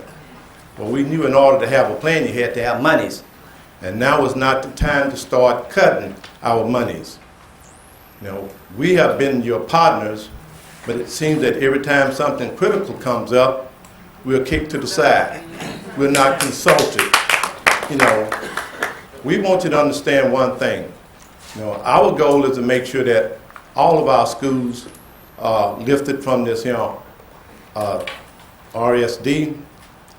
Make sure that all our schools are high performing, that all of our kids are successful, and that all of our teachers are respected, and school board personnel. You know, responsibilities is another thing. When you talk about taking away our planning period, I ask you, how are we held responsible when we are not permitted to plan? You know, that right there is an oxymoron. You cannot be successful if you don't plan. We tell our kids to prepare themselves for the future, but you won't even let us prepare for our next class. You know, I took a survey before I came here, and I went around and I asked the teachers. You know, so because it seemed to be, you know, of a mindset that we don't do anything on our planning period. And one of the things they told me was, Mr. Arkansas, I don't see how I'm going to make it. And frankly, I don't see how I'm going to make it. Thank you.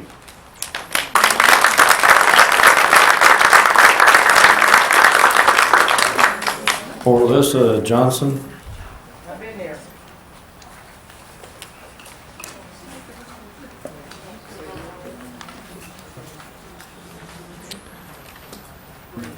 Deborah Wallet.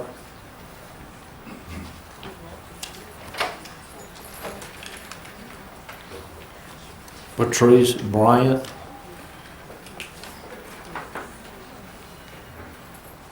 Keith Nash.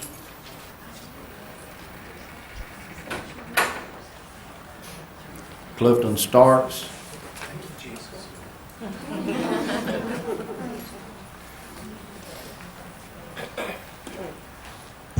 Mr. Starks, you didn't list a subject.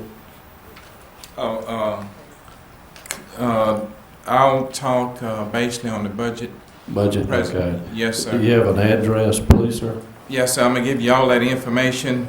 Clifton Starks, President of Central Trades and Labor Council in vicinity, AFL-CIO, which we represent union members in 5 parishes: Bossier, Caddo, Red River, DeSoto, and Webster. And to the President, Dr. Dawkins. Excuse me, could we have a mailing address? I'm sorry, 3924 Greenwood Road, 71109 Shreveport. Since you are a trade council, we need to make that 5 minutes. It probably won't take me 3. Thank you, though. I appreciate you. And to Dr. Dawkins, the President, and the school board members, I want to thank you all for giving me the opportunity to speak to you. Of course, it's very seldom that I come down in order to face you all because it's so much that goes on. But part of our mission is to support and promote programs for Caddo and Bossier parishes. And of course, you know that we support the tax renewal that we had May 4th, which I thought was very important, and I encourage everyone to support that because it's one thing that we have to think of, and that's our children. And I also support, I think I've heard about 30 people speak, and I want you all to know I support all 30 of them on the things that they were saying because it's really true. And it's no way that you can increase classroom sizes, especially at the early age of kindergarten through 5th grade. Those children is in the most learning mode at that age, and you need less children per classroom in order for them to learn the things that they need to know, because the children have to be disciplined, and with them being disciplined and the teacher have to teach the kids, well, it just takes a little bit more time. I know if I was in a classroom and I walk in and saw 20 kids, kindergarten, 1st grade, I have to leave. You know, so basically what we don't want to do, we never want to punish our teachers. We don't want to punish our children because our children is our future, and the teachers, you know, we have them there to teach our children. And it's so important that we always keep that in mind. I really love the slogan that's on the wall. I don't know whether everybody noticed that slogan, but I want you all, the board, to remember that. I mean, that's a great slogan that you have there. And the people in the field, which is the teachers, your support personnel for Caddo Parish School System, we have to really rely on them for our children. It's so important that we rely on them. And I know the budget is very important. And most organizations, you have to have a budget in order to maintain. but most organizations have a long period planning. It's not like a short planning period. They, budget for 5-10 years. But I do know that it's so important that we support our teachers and support the Caddo Parish school system. And in closing, because I promised I wouldn't take much time, in closing, I want you to know that I feel that the 12-12 vision is very good. And the 12-12 vision, I want you all to think about it and continue to move in that direction, because when you have to spend unnecessary funds and we don't have the funds in order to do research, and you have qualified people in order to step in place for a position, then you have to think about that. You have to spend the money like it was your money.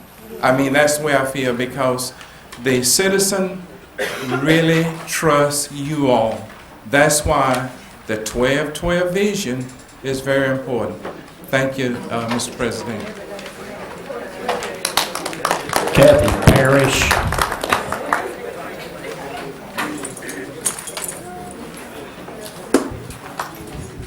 Minutes. Kathy Parrish, 3730 Fairfield, Shreveport, 71104. I have about 27 years of teaching experience, and most of those in Caddo Parish. And I want to thank you, first of all, for allowing me to have the privilege of teaching the children of this parish. Right now, I'm teaching 8th grade gifted English at Caddo Middle Magnet. Yes, we do have a heavy load. I know that we have small classes, but we have a heavy load of IEPs to do. Some years I've done as many as 40 IEPs. If you ever done an IEP, you don't know how long it takes to do one. But since they've been computerized, there's about 3 times as long to do them now as it was when we did them by hand. I think we all know that there is, all of us will probably agree that there is a conspiracy going on in Baton Rouge right now to destroy the public school system in Louisiana. Governor Jindal and his cohorts would like nothing better than to see all of us without jobs and all the schools closed. He would like nothing better than to have huge warehouses with computers lining the walls and children sitting at the computers for 7 hours a day and letting computers and machines teach children. And I can tell you right now that nothing will replace the human element, the human touch. I love my kids, and I think most of my kids have loved me. I have many of them come back to me and thank me for what I've done for them from places like Yale and Harvard, and I taught them 8th grade English. So what I'd like to talk about just a minute is when you're making your decisions about the budget, and that is my topic, I don't know myself enough to tell you what to do, except be very careful and make wise decisions, and the kinds of decisions that will not directly affect the students. For instance, teachers. Let's try our best not to cut teachers. They need us, okay? And the time that teachers have to plan. Oh my goodness. I look down at the clock and I can't believe my planning period's over and I didn't get a third done of what I meant to do. But I worked the entire time. I never go to the lounge during my planning period. I usually have to check my mail after school and that's usually at 5 o'clock, as Ms. Pratt said, because, I didn't have time all day. Please don't cut aides and secretaries and school nurses and bus drivers and even IT people who come out and fix our computers. The kids are glad to see them because they can get back on the internet again. Today with test scores being so hyped up, being such an important thing, think about that. If you do any cutting that will affect the child directly, it's going to affect their test scores. You can expect those to go down. Any cut at all, bus driver, aide, school secretary, nurse who bandages that little wound that they had on recess, anything, it's going to affect test scores. It will. So if you want those test scores up, do not cut anything which will directly affect children. And please let us have our $200 a year. My goodness, I have a huge tax deduction every year for how much I spend out of my pocket in my classroom. I would just like to say, one more time, please use your heads, and I know you will, and make wise decisions for the children. Shannon Sullivan.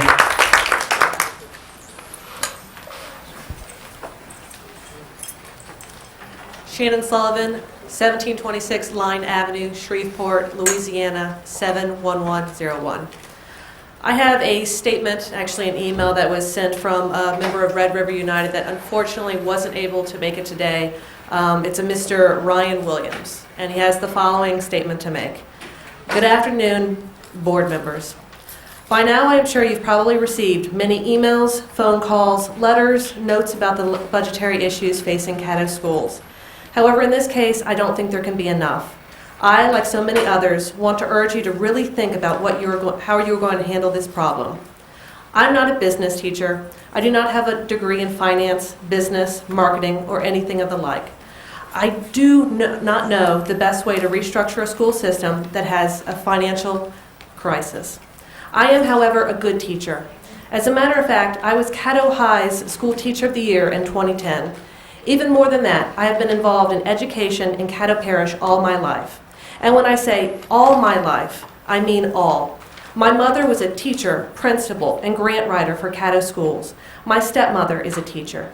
My grandmother was a teacher for over 30 years. My grandfather is a former Caddo Parish School Board member and past president. I guess you can say I'm well versed in education speak. And speak coming from the current school board and administration is disheartening at least. How can you let this happen? And I say you because the Caddo School Board has allowed this to happen over the last few years.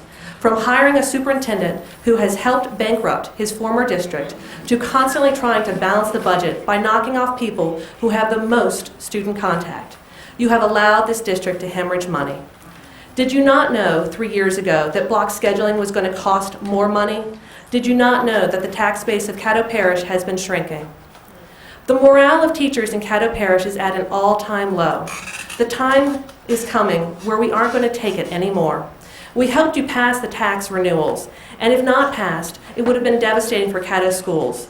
What are you going to do to help us?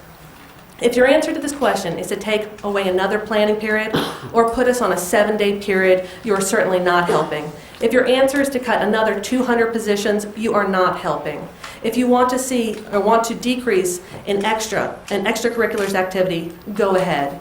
If you want to see plummeting test scores because a teacher has now 34 more students, go ahead and do it. If you want to see less writing being taught because teachers physically cannot grade an additional 34 research papers, go ahead and do it. Unfortunately, I think you're going to go ahead and do it. You have waited too long to make money savings decisions actually work. Well as I know, that will take back another year or two as well. Thank you. Ann Jackson.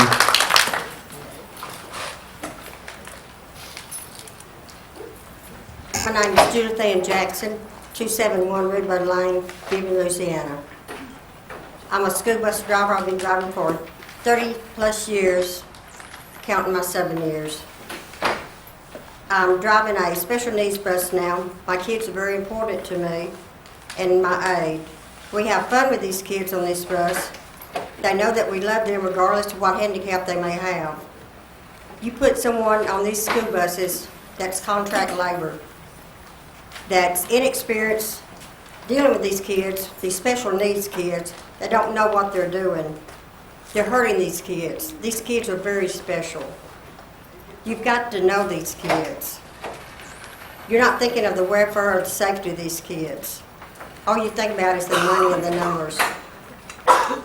As school bus drivers, safety is our main concern. And we was told that none of us is going to lose our jobs. I mean, come on now. How are you going to put 100 plus drivers in Shreveport? We was told that it was going to be transferred to Shreveport. You know, we're not stupid. We might be school bus drivers, but we've got sense. I mean, you can't move all of us to Shreveport and expect all of us to have jobs. You know, we've been lied to before and we know it, and we're going to be lied to again. So we're all CPR qualified, first aid, and what is these contract drivers going to have? Nothing. They ain't going to have retirement. They ain't going to have nothing. And again, we've heard through the grapevine, about like we did this other, that it was suggested that all the buses be contracted out. But they couldn't handle all of us at one time, so the little group from Vivian was going to be first. Then gradually they was going to be handled, you know, all the buses from Vivian to Shreveport. So why was we lied to and saying, well, you know, y'all can move to Shreveport and, you know, y'all won't have jobs? I mean, you know, I guess y'all think, you know, that we're just all stupid. I don't know. But I just hope that y'all consider what y'all are doing and thinking of these kids, you know, because when y'all make changes like this, you know, our children comes to number one. And I just really hope that y'all think about the children and not just the money. Because when you make changes with the kids, you know, like it was said before, the children's the one that gets hurt. So y'all think about it. That concludes the visitor section, and I just wanted to inform the audience that there is some extremely severe weather already in the area according to the latest information. We're going to take about a 3-minute break, 3-minute recess, so be back in about 3 minutes.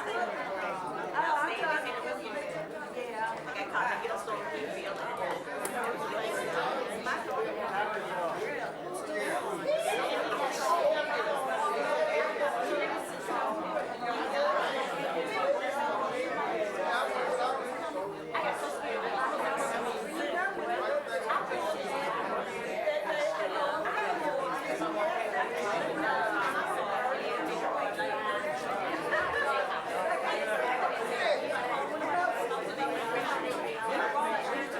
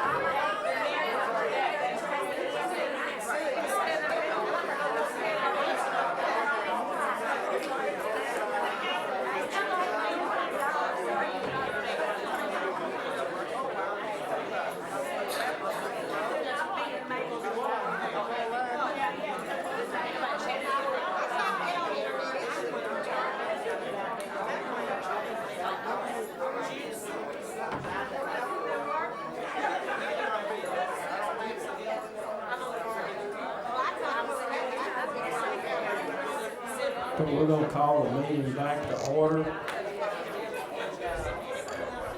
The meeting called back to order.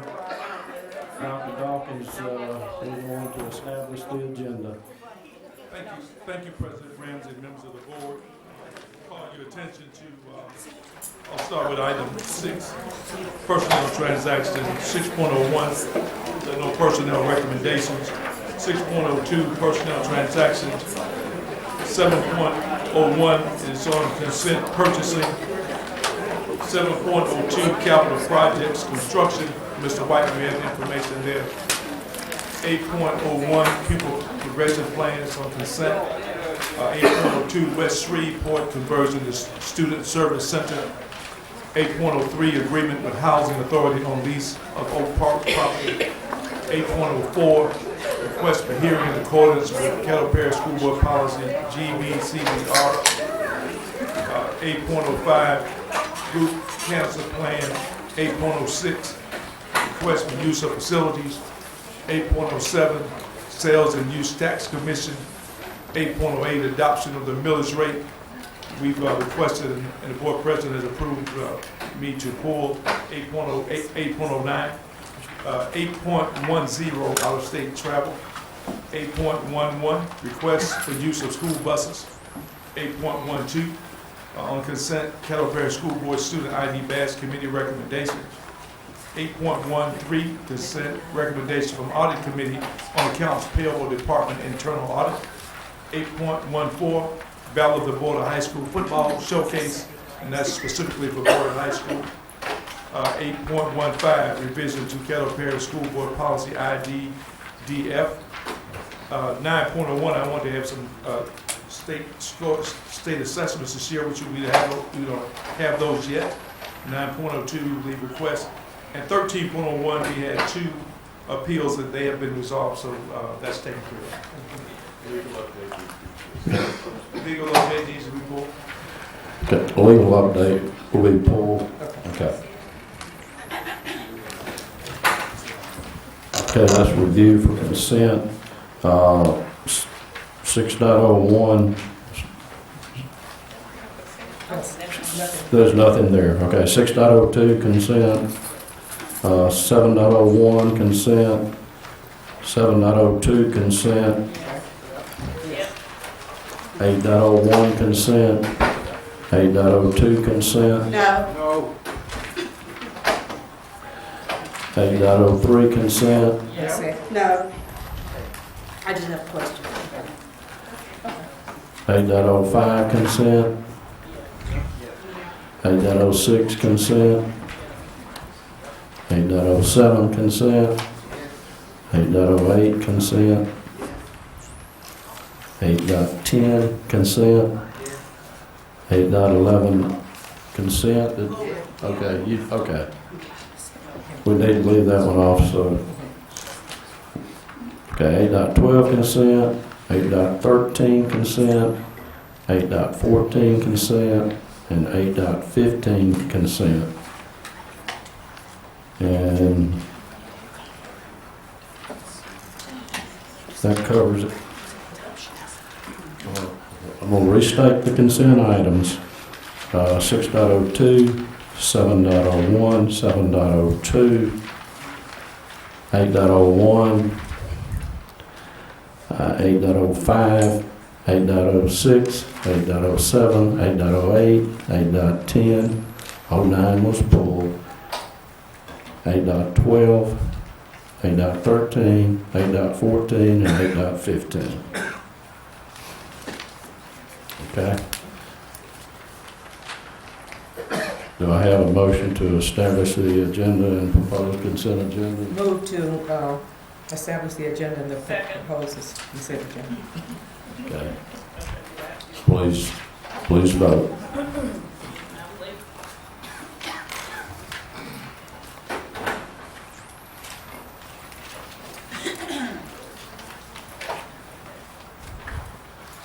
Okay, there's one, there's a couple of folks. Show the vote. Okay. So that will bring us down to item number 8.02. Um, Do I have a motion? Move to Ms. Crawley? postpone until an appropriate committee is assigned by the president the duty of reviewing all possible locations, even considering future school closings, and plan to bring back in March of 2014. Second. No, that's the motion. Okay, before I move forward with this, I need to clarify, has this already been approved by the board to do? All right. Okay, we have a motion and a second. Ms. Crawley? No, it doesn't matter. I had two concerns that cropped up in the middle of our discussion, and I don't know. One, the parking. I don't know if there is any other facility that we have. I do agree with selling Building 6 and moving it to a school location because schools are so hard to sell. I'm not against the concept at all. It's just that you brought up the fact that it's a two-story and we couldn't put the files on the second floor without a lot of construction and reinforcing the second floor. And didn't you say this? You can come, just correct me anytime. We have to do the... And let me finish my talk though. And the parking issue. I didn't like the idea that when we had heavy attendance, for the attendance, that we would have to transport people back and forth from an alternate parking space. They did say that.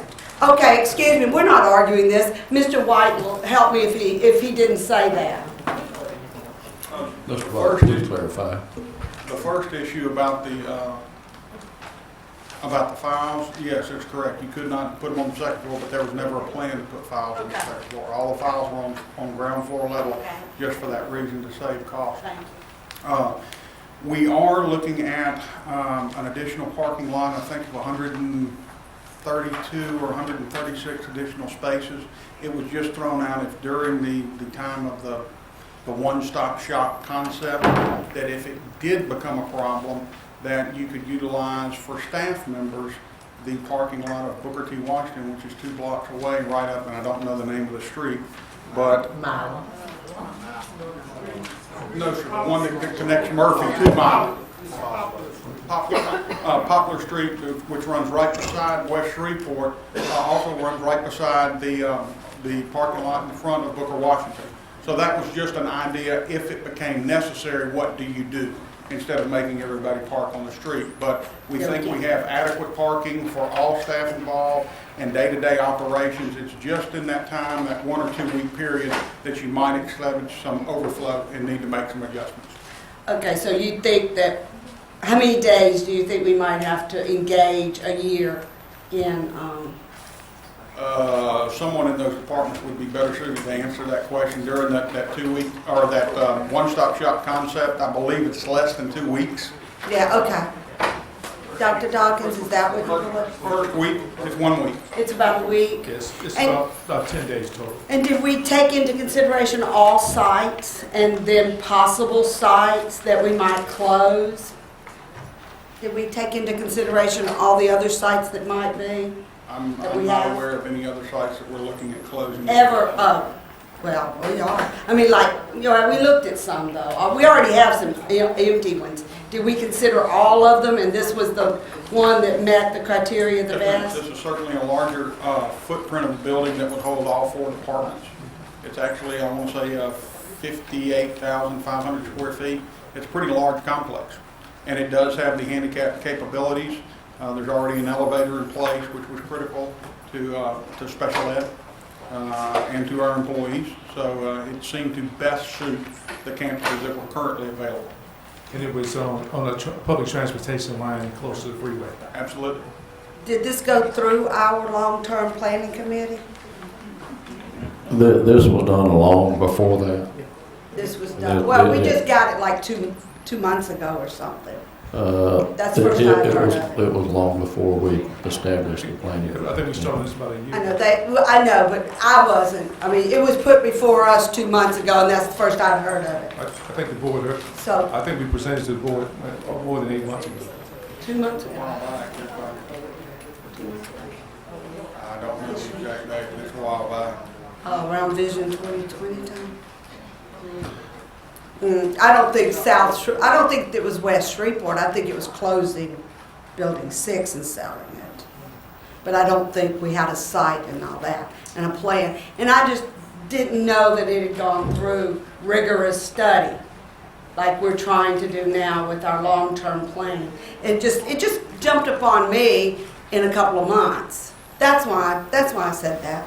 I like consistency in what Mr. Ramsey proposes to do with the long-term committee, with all these committees, is to put everything before we vote on it. And this is voting on it during his term through a committee, and this didn't go through a committee. That's all on this. That's it.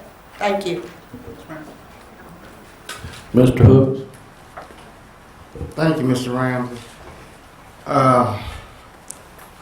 My concern is we're talking about spending money, and we don't have it. Okay, we have not sold. You're banking on selling Building 6 and Laura Street. How long has Laura Street been up for sale? It's sold. Okay, it's sold. How long did it take to sell Laura Street? Galilee bought Laura Street. How long did it take to sell Laura Street? About 8 months. 8 months. 8 months? I wasn't involved in the sale. Tim, did you care to comment on that? Oh, that's when it went on the market? Yes. We had to go through the process, through the state process of offering it 3 times. Do we have any buyers that you know for Building 6? Oh, we haven't even listed it, no sir. Because you can't sell it until the people move out. Now we're talking about spending $2 million, $2,650,000. That's a lot of money, and we're talking about budget now. It's not adding up. I can't go along with that. That's my own I'm like Ms. Crowder. I don't have a problem with what we're trying to do with West Shreveport, but I have a problem with us spending money that we're going to have to use that we shouldn't be using. $2 million, that's a lot of money. $2,650,000, that's a lot of money for renovation. Yes, sir, but it's quite a large campus. We think we've done an adequate job on determining our budget for it and bringing an estimate to you. It is a in capital. my best professional opinion, budget. that's what it's going to run. And it's in the capital budget, not the general fund. Yes, sir. Well, I just have a problem with Building 6 not being sold, and the only way you can sell it is when if it's vacant. And what if we don't sell it? We'll lose out. And right now, it's just not the time. Like one of the speakers said, we're kicking the can down the road, and we're gonna be right where we are next year this time. We need to stop spending. Look, every time I turn around, we're spending, and it's not right. We've gone to the citizens and asked them to renew the tax proposal. Then we're talking about cutting positions. And this is $2 million. This is not chump change here. No, sir, it's not. So I think we need to reconsider this. What is wrong with Building 6?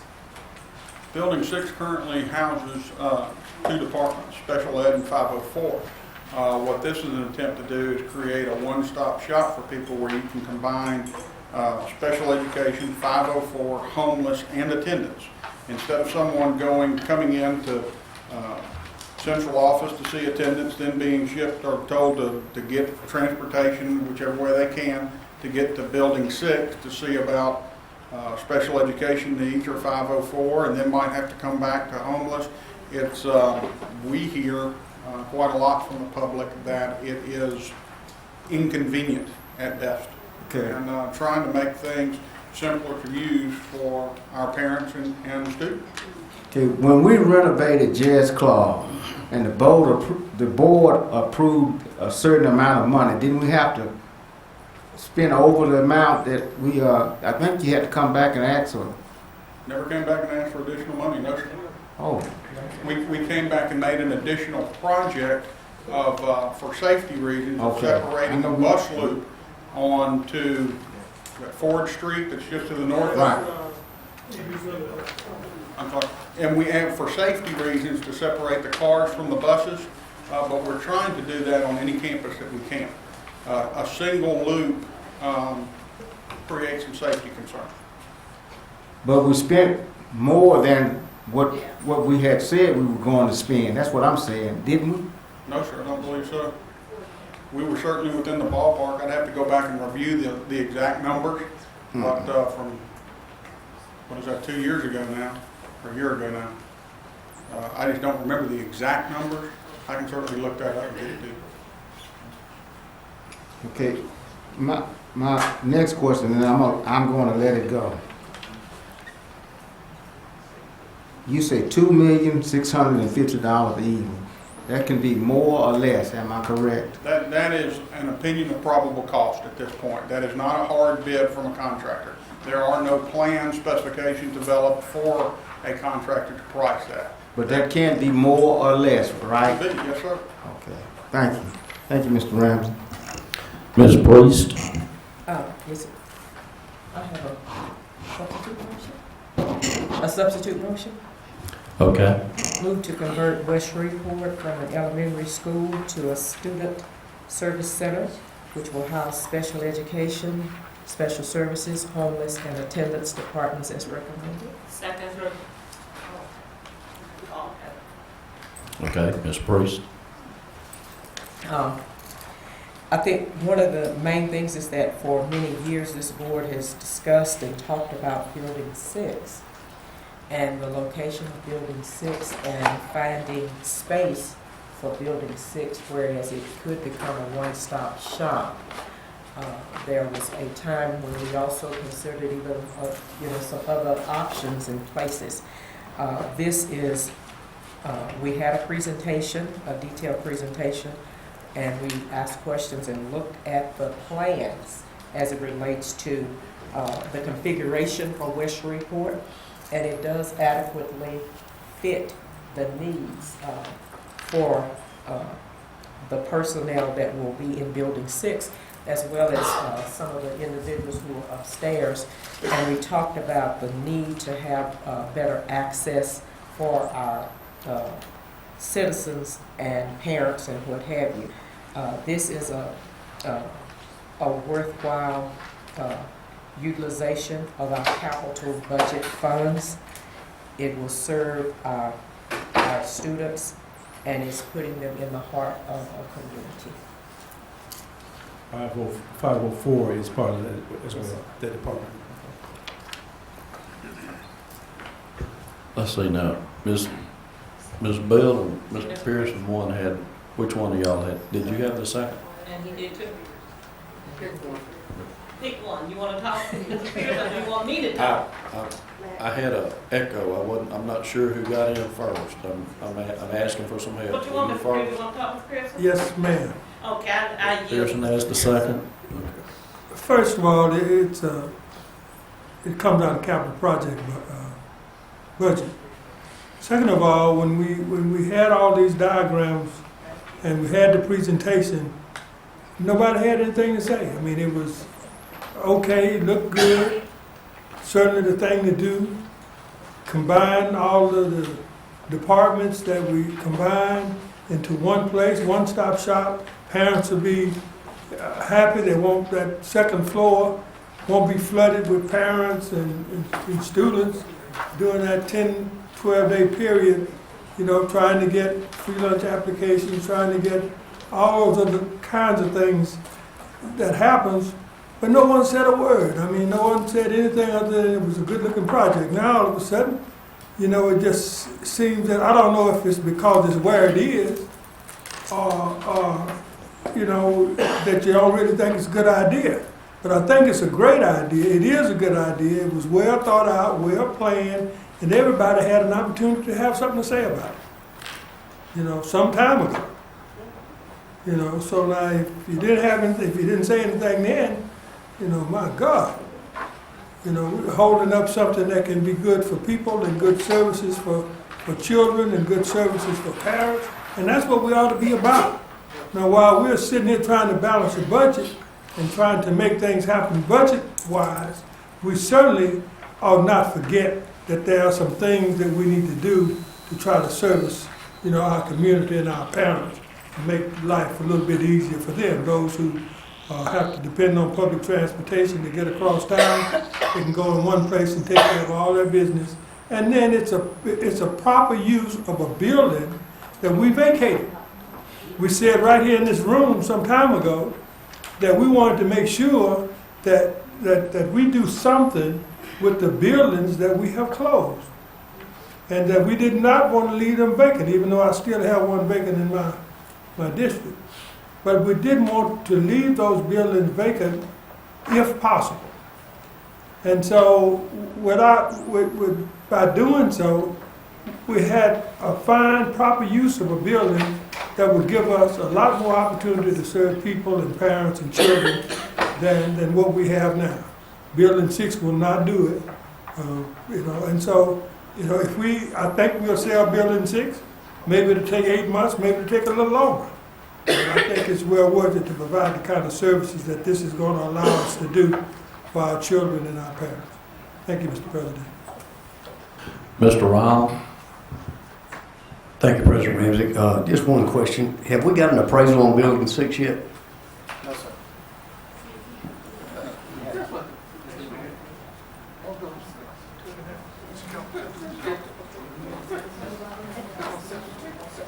Yes, sir. We have received an appraisal on Building 6.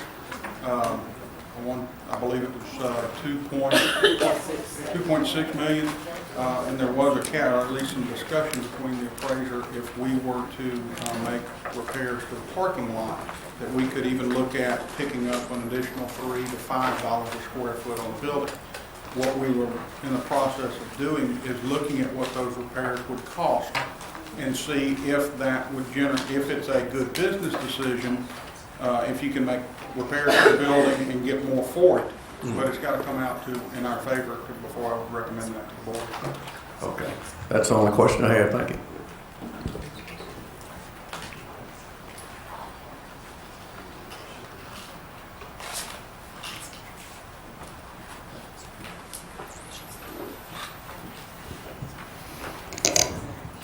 Just a weather update. The storm has crossed State Line Road, headed this way. 45 miles per hour. So it ought to hit here real soon. Mary Trammell, Board Member Trammell. Thank you for the weather update, Mr. President. Every school opening here in the central office, I would like to, with a coming school opening, I would like to invite the 12-member board to come and sit in this boardroom. We hear personal information. We hear arguments, we see disgruntled parents, and everything is visible because everybody is right here. And all the people that are sitting out there waiting for their number to be called, hear social security numbers, and all the people's personal information. We need to find a way to make sure that we can give these people a little privacy. If they sit in the hallways up there, you hear the same thing as you walk down the hallways, and I'm talking about it's massive because from one end of the hall to the other hall are people. And other people that are coming here for other purposes run into the parents. Sometimes it's not very pleasant. So we need to think about finding a way to make this work. And I believe that center would be a great idea for this school district in the long run. I know spending money at this time seemed a little alley. If we were taking it out of general fund, I would hurry up and hastily say, oh no. But if they found a way to get this money out of another budget that we don't have really no control over anyway, because it's spent for property and capital projects, let's consider doing that. I mean, not to tell anyone what to do. And another thing, Building 6 is about the worst building in the city of Shreveport. Wait a minute, excuse me, not that way. I mean, you may find another purpose, but the purpose that we had that building for, when I walked into the building, I was like, okay, so let's just be real. Okay, I didn't mean that. That was just me slipping my tongue. Oh, yeah.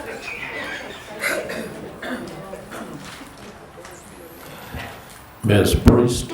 Call for the question. A call for the question for both motions on the floor and a second. Please vote now. Call for the question. Call for the question, both motions on the floor.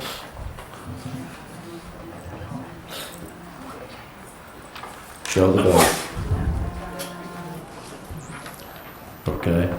Now we will vote for the substitute motion, which is to convert West Shreveport from an elementary school to a student service center. Please vote now.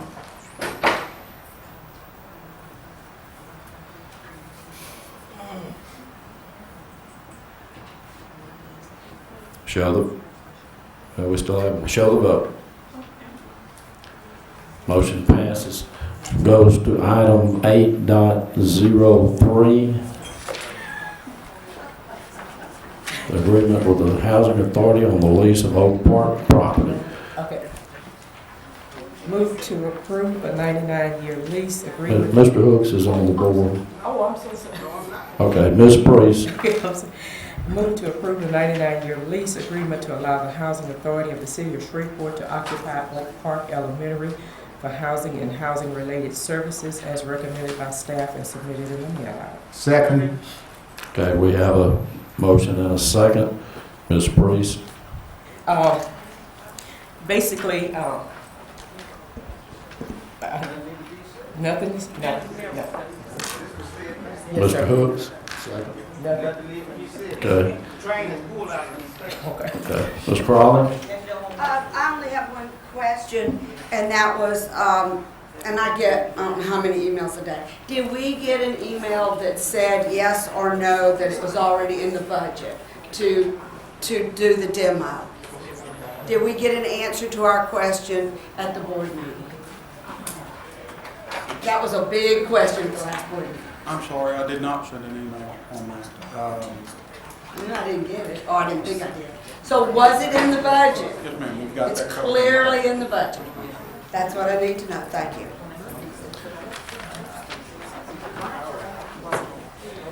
Okay, no one else is on the board. Please vote. Please vote now.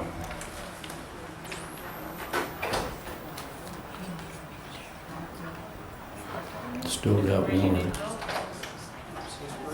Ms. Green, show the vote.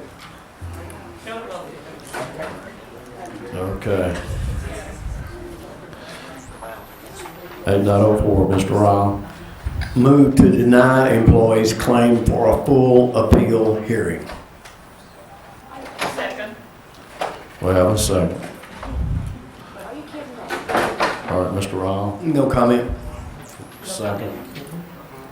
No comment. Okay, please vote.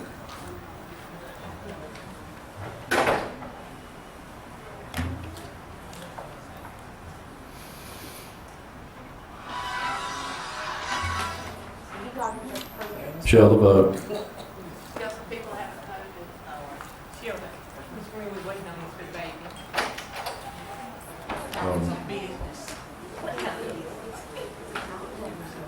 Show the vote. Okay.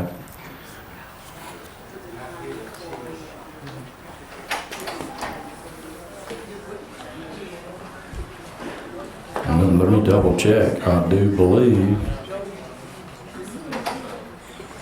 that we're down to superintendent's report.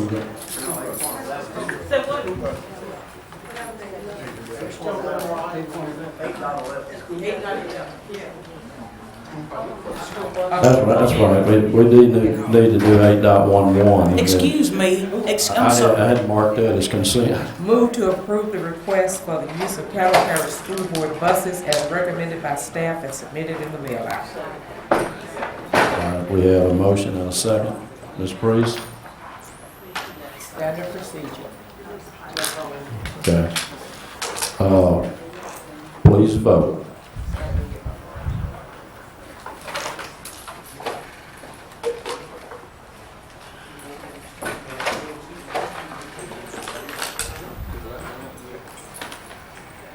I still have Ms. Green, and there you go.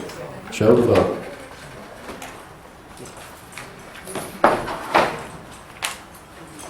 Now, we can go to the superintendent's report. My report is very brief. I'm awaiting the state assessment report to the board. Schools have some individual reports, but that information is embargoed until they give us an aggregate report. So we'll have it for you next time. Thank you. And board members, to speed this on along, Mr. Abrams.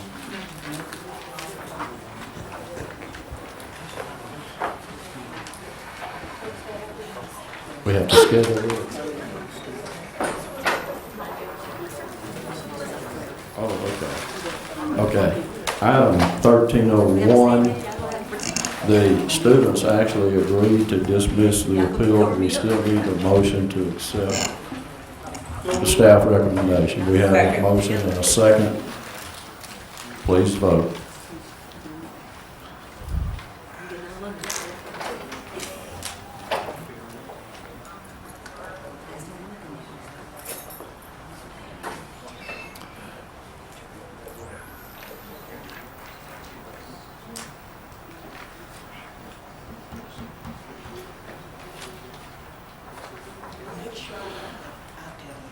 Okay, board members, if you have unfinished business or new business or any of those items, if you would fill out a document and send it in. I hadn't showed the last vote because I was waiting for somebody else to vote. Oh, show the vote, I'm sorry.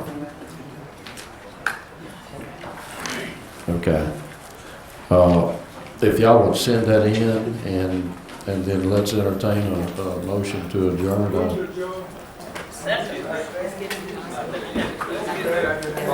Excuse me, Mr. President. No, I need to make one of the gentlemen that spoke, he told me to tell y'all he did not make a mistake when he was saying 12-12. He was talking about the board members. That's what he was referring to. He wasn't referring to Vision 2020. He was referring to the board members of 12-12. Now, we have a motion to adjourn. We still need to vote. Second. Show the vote.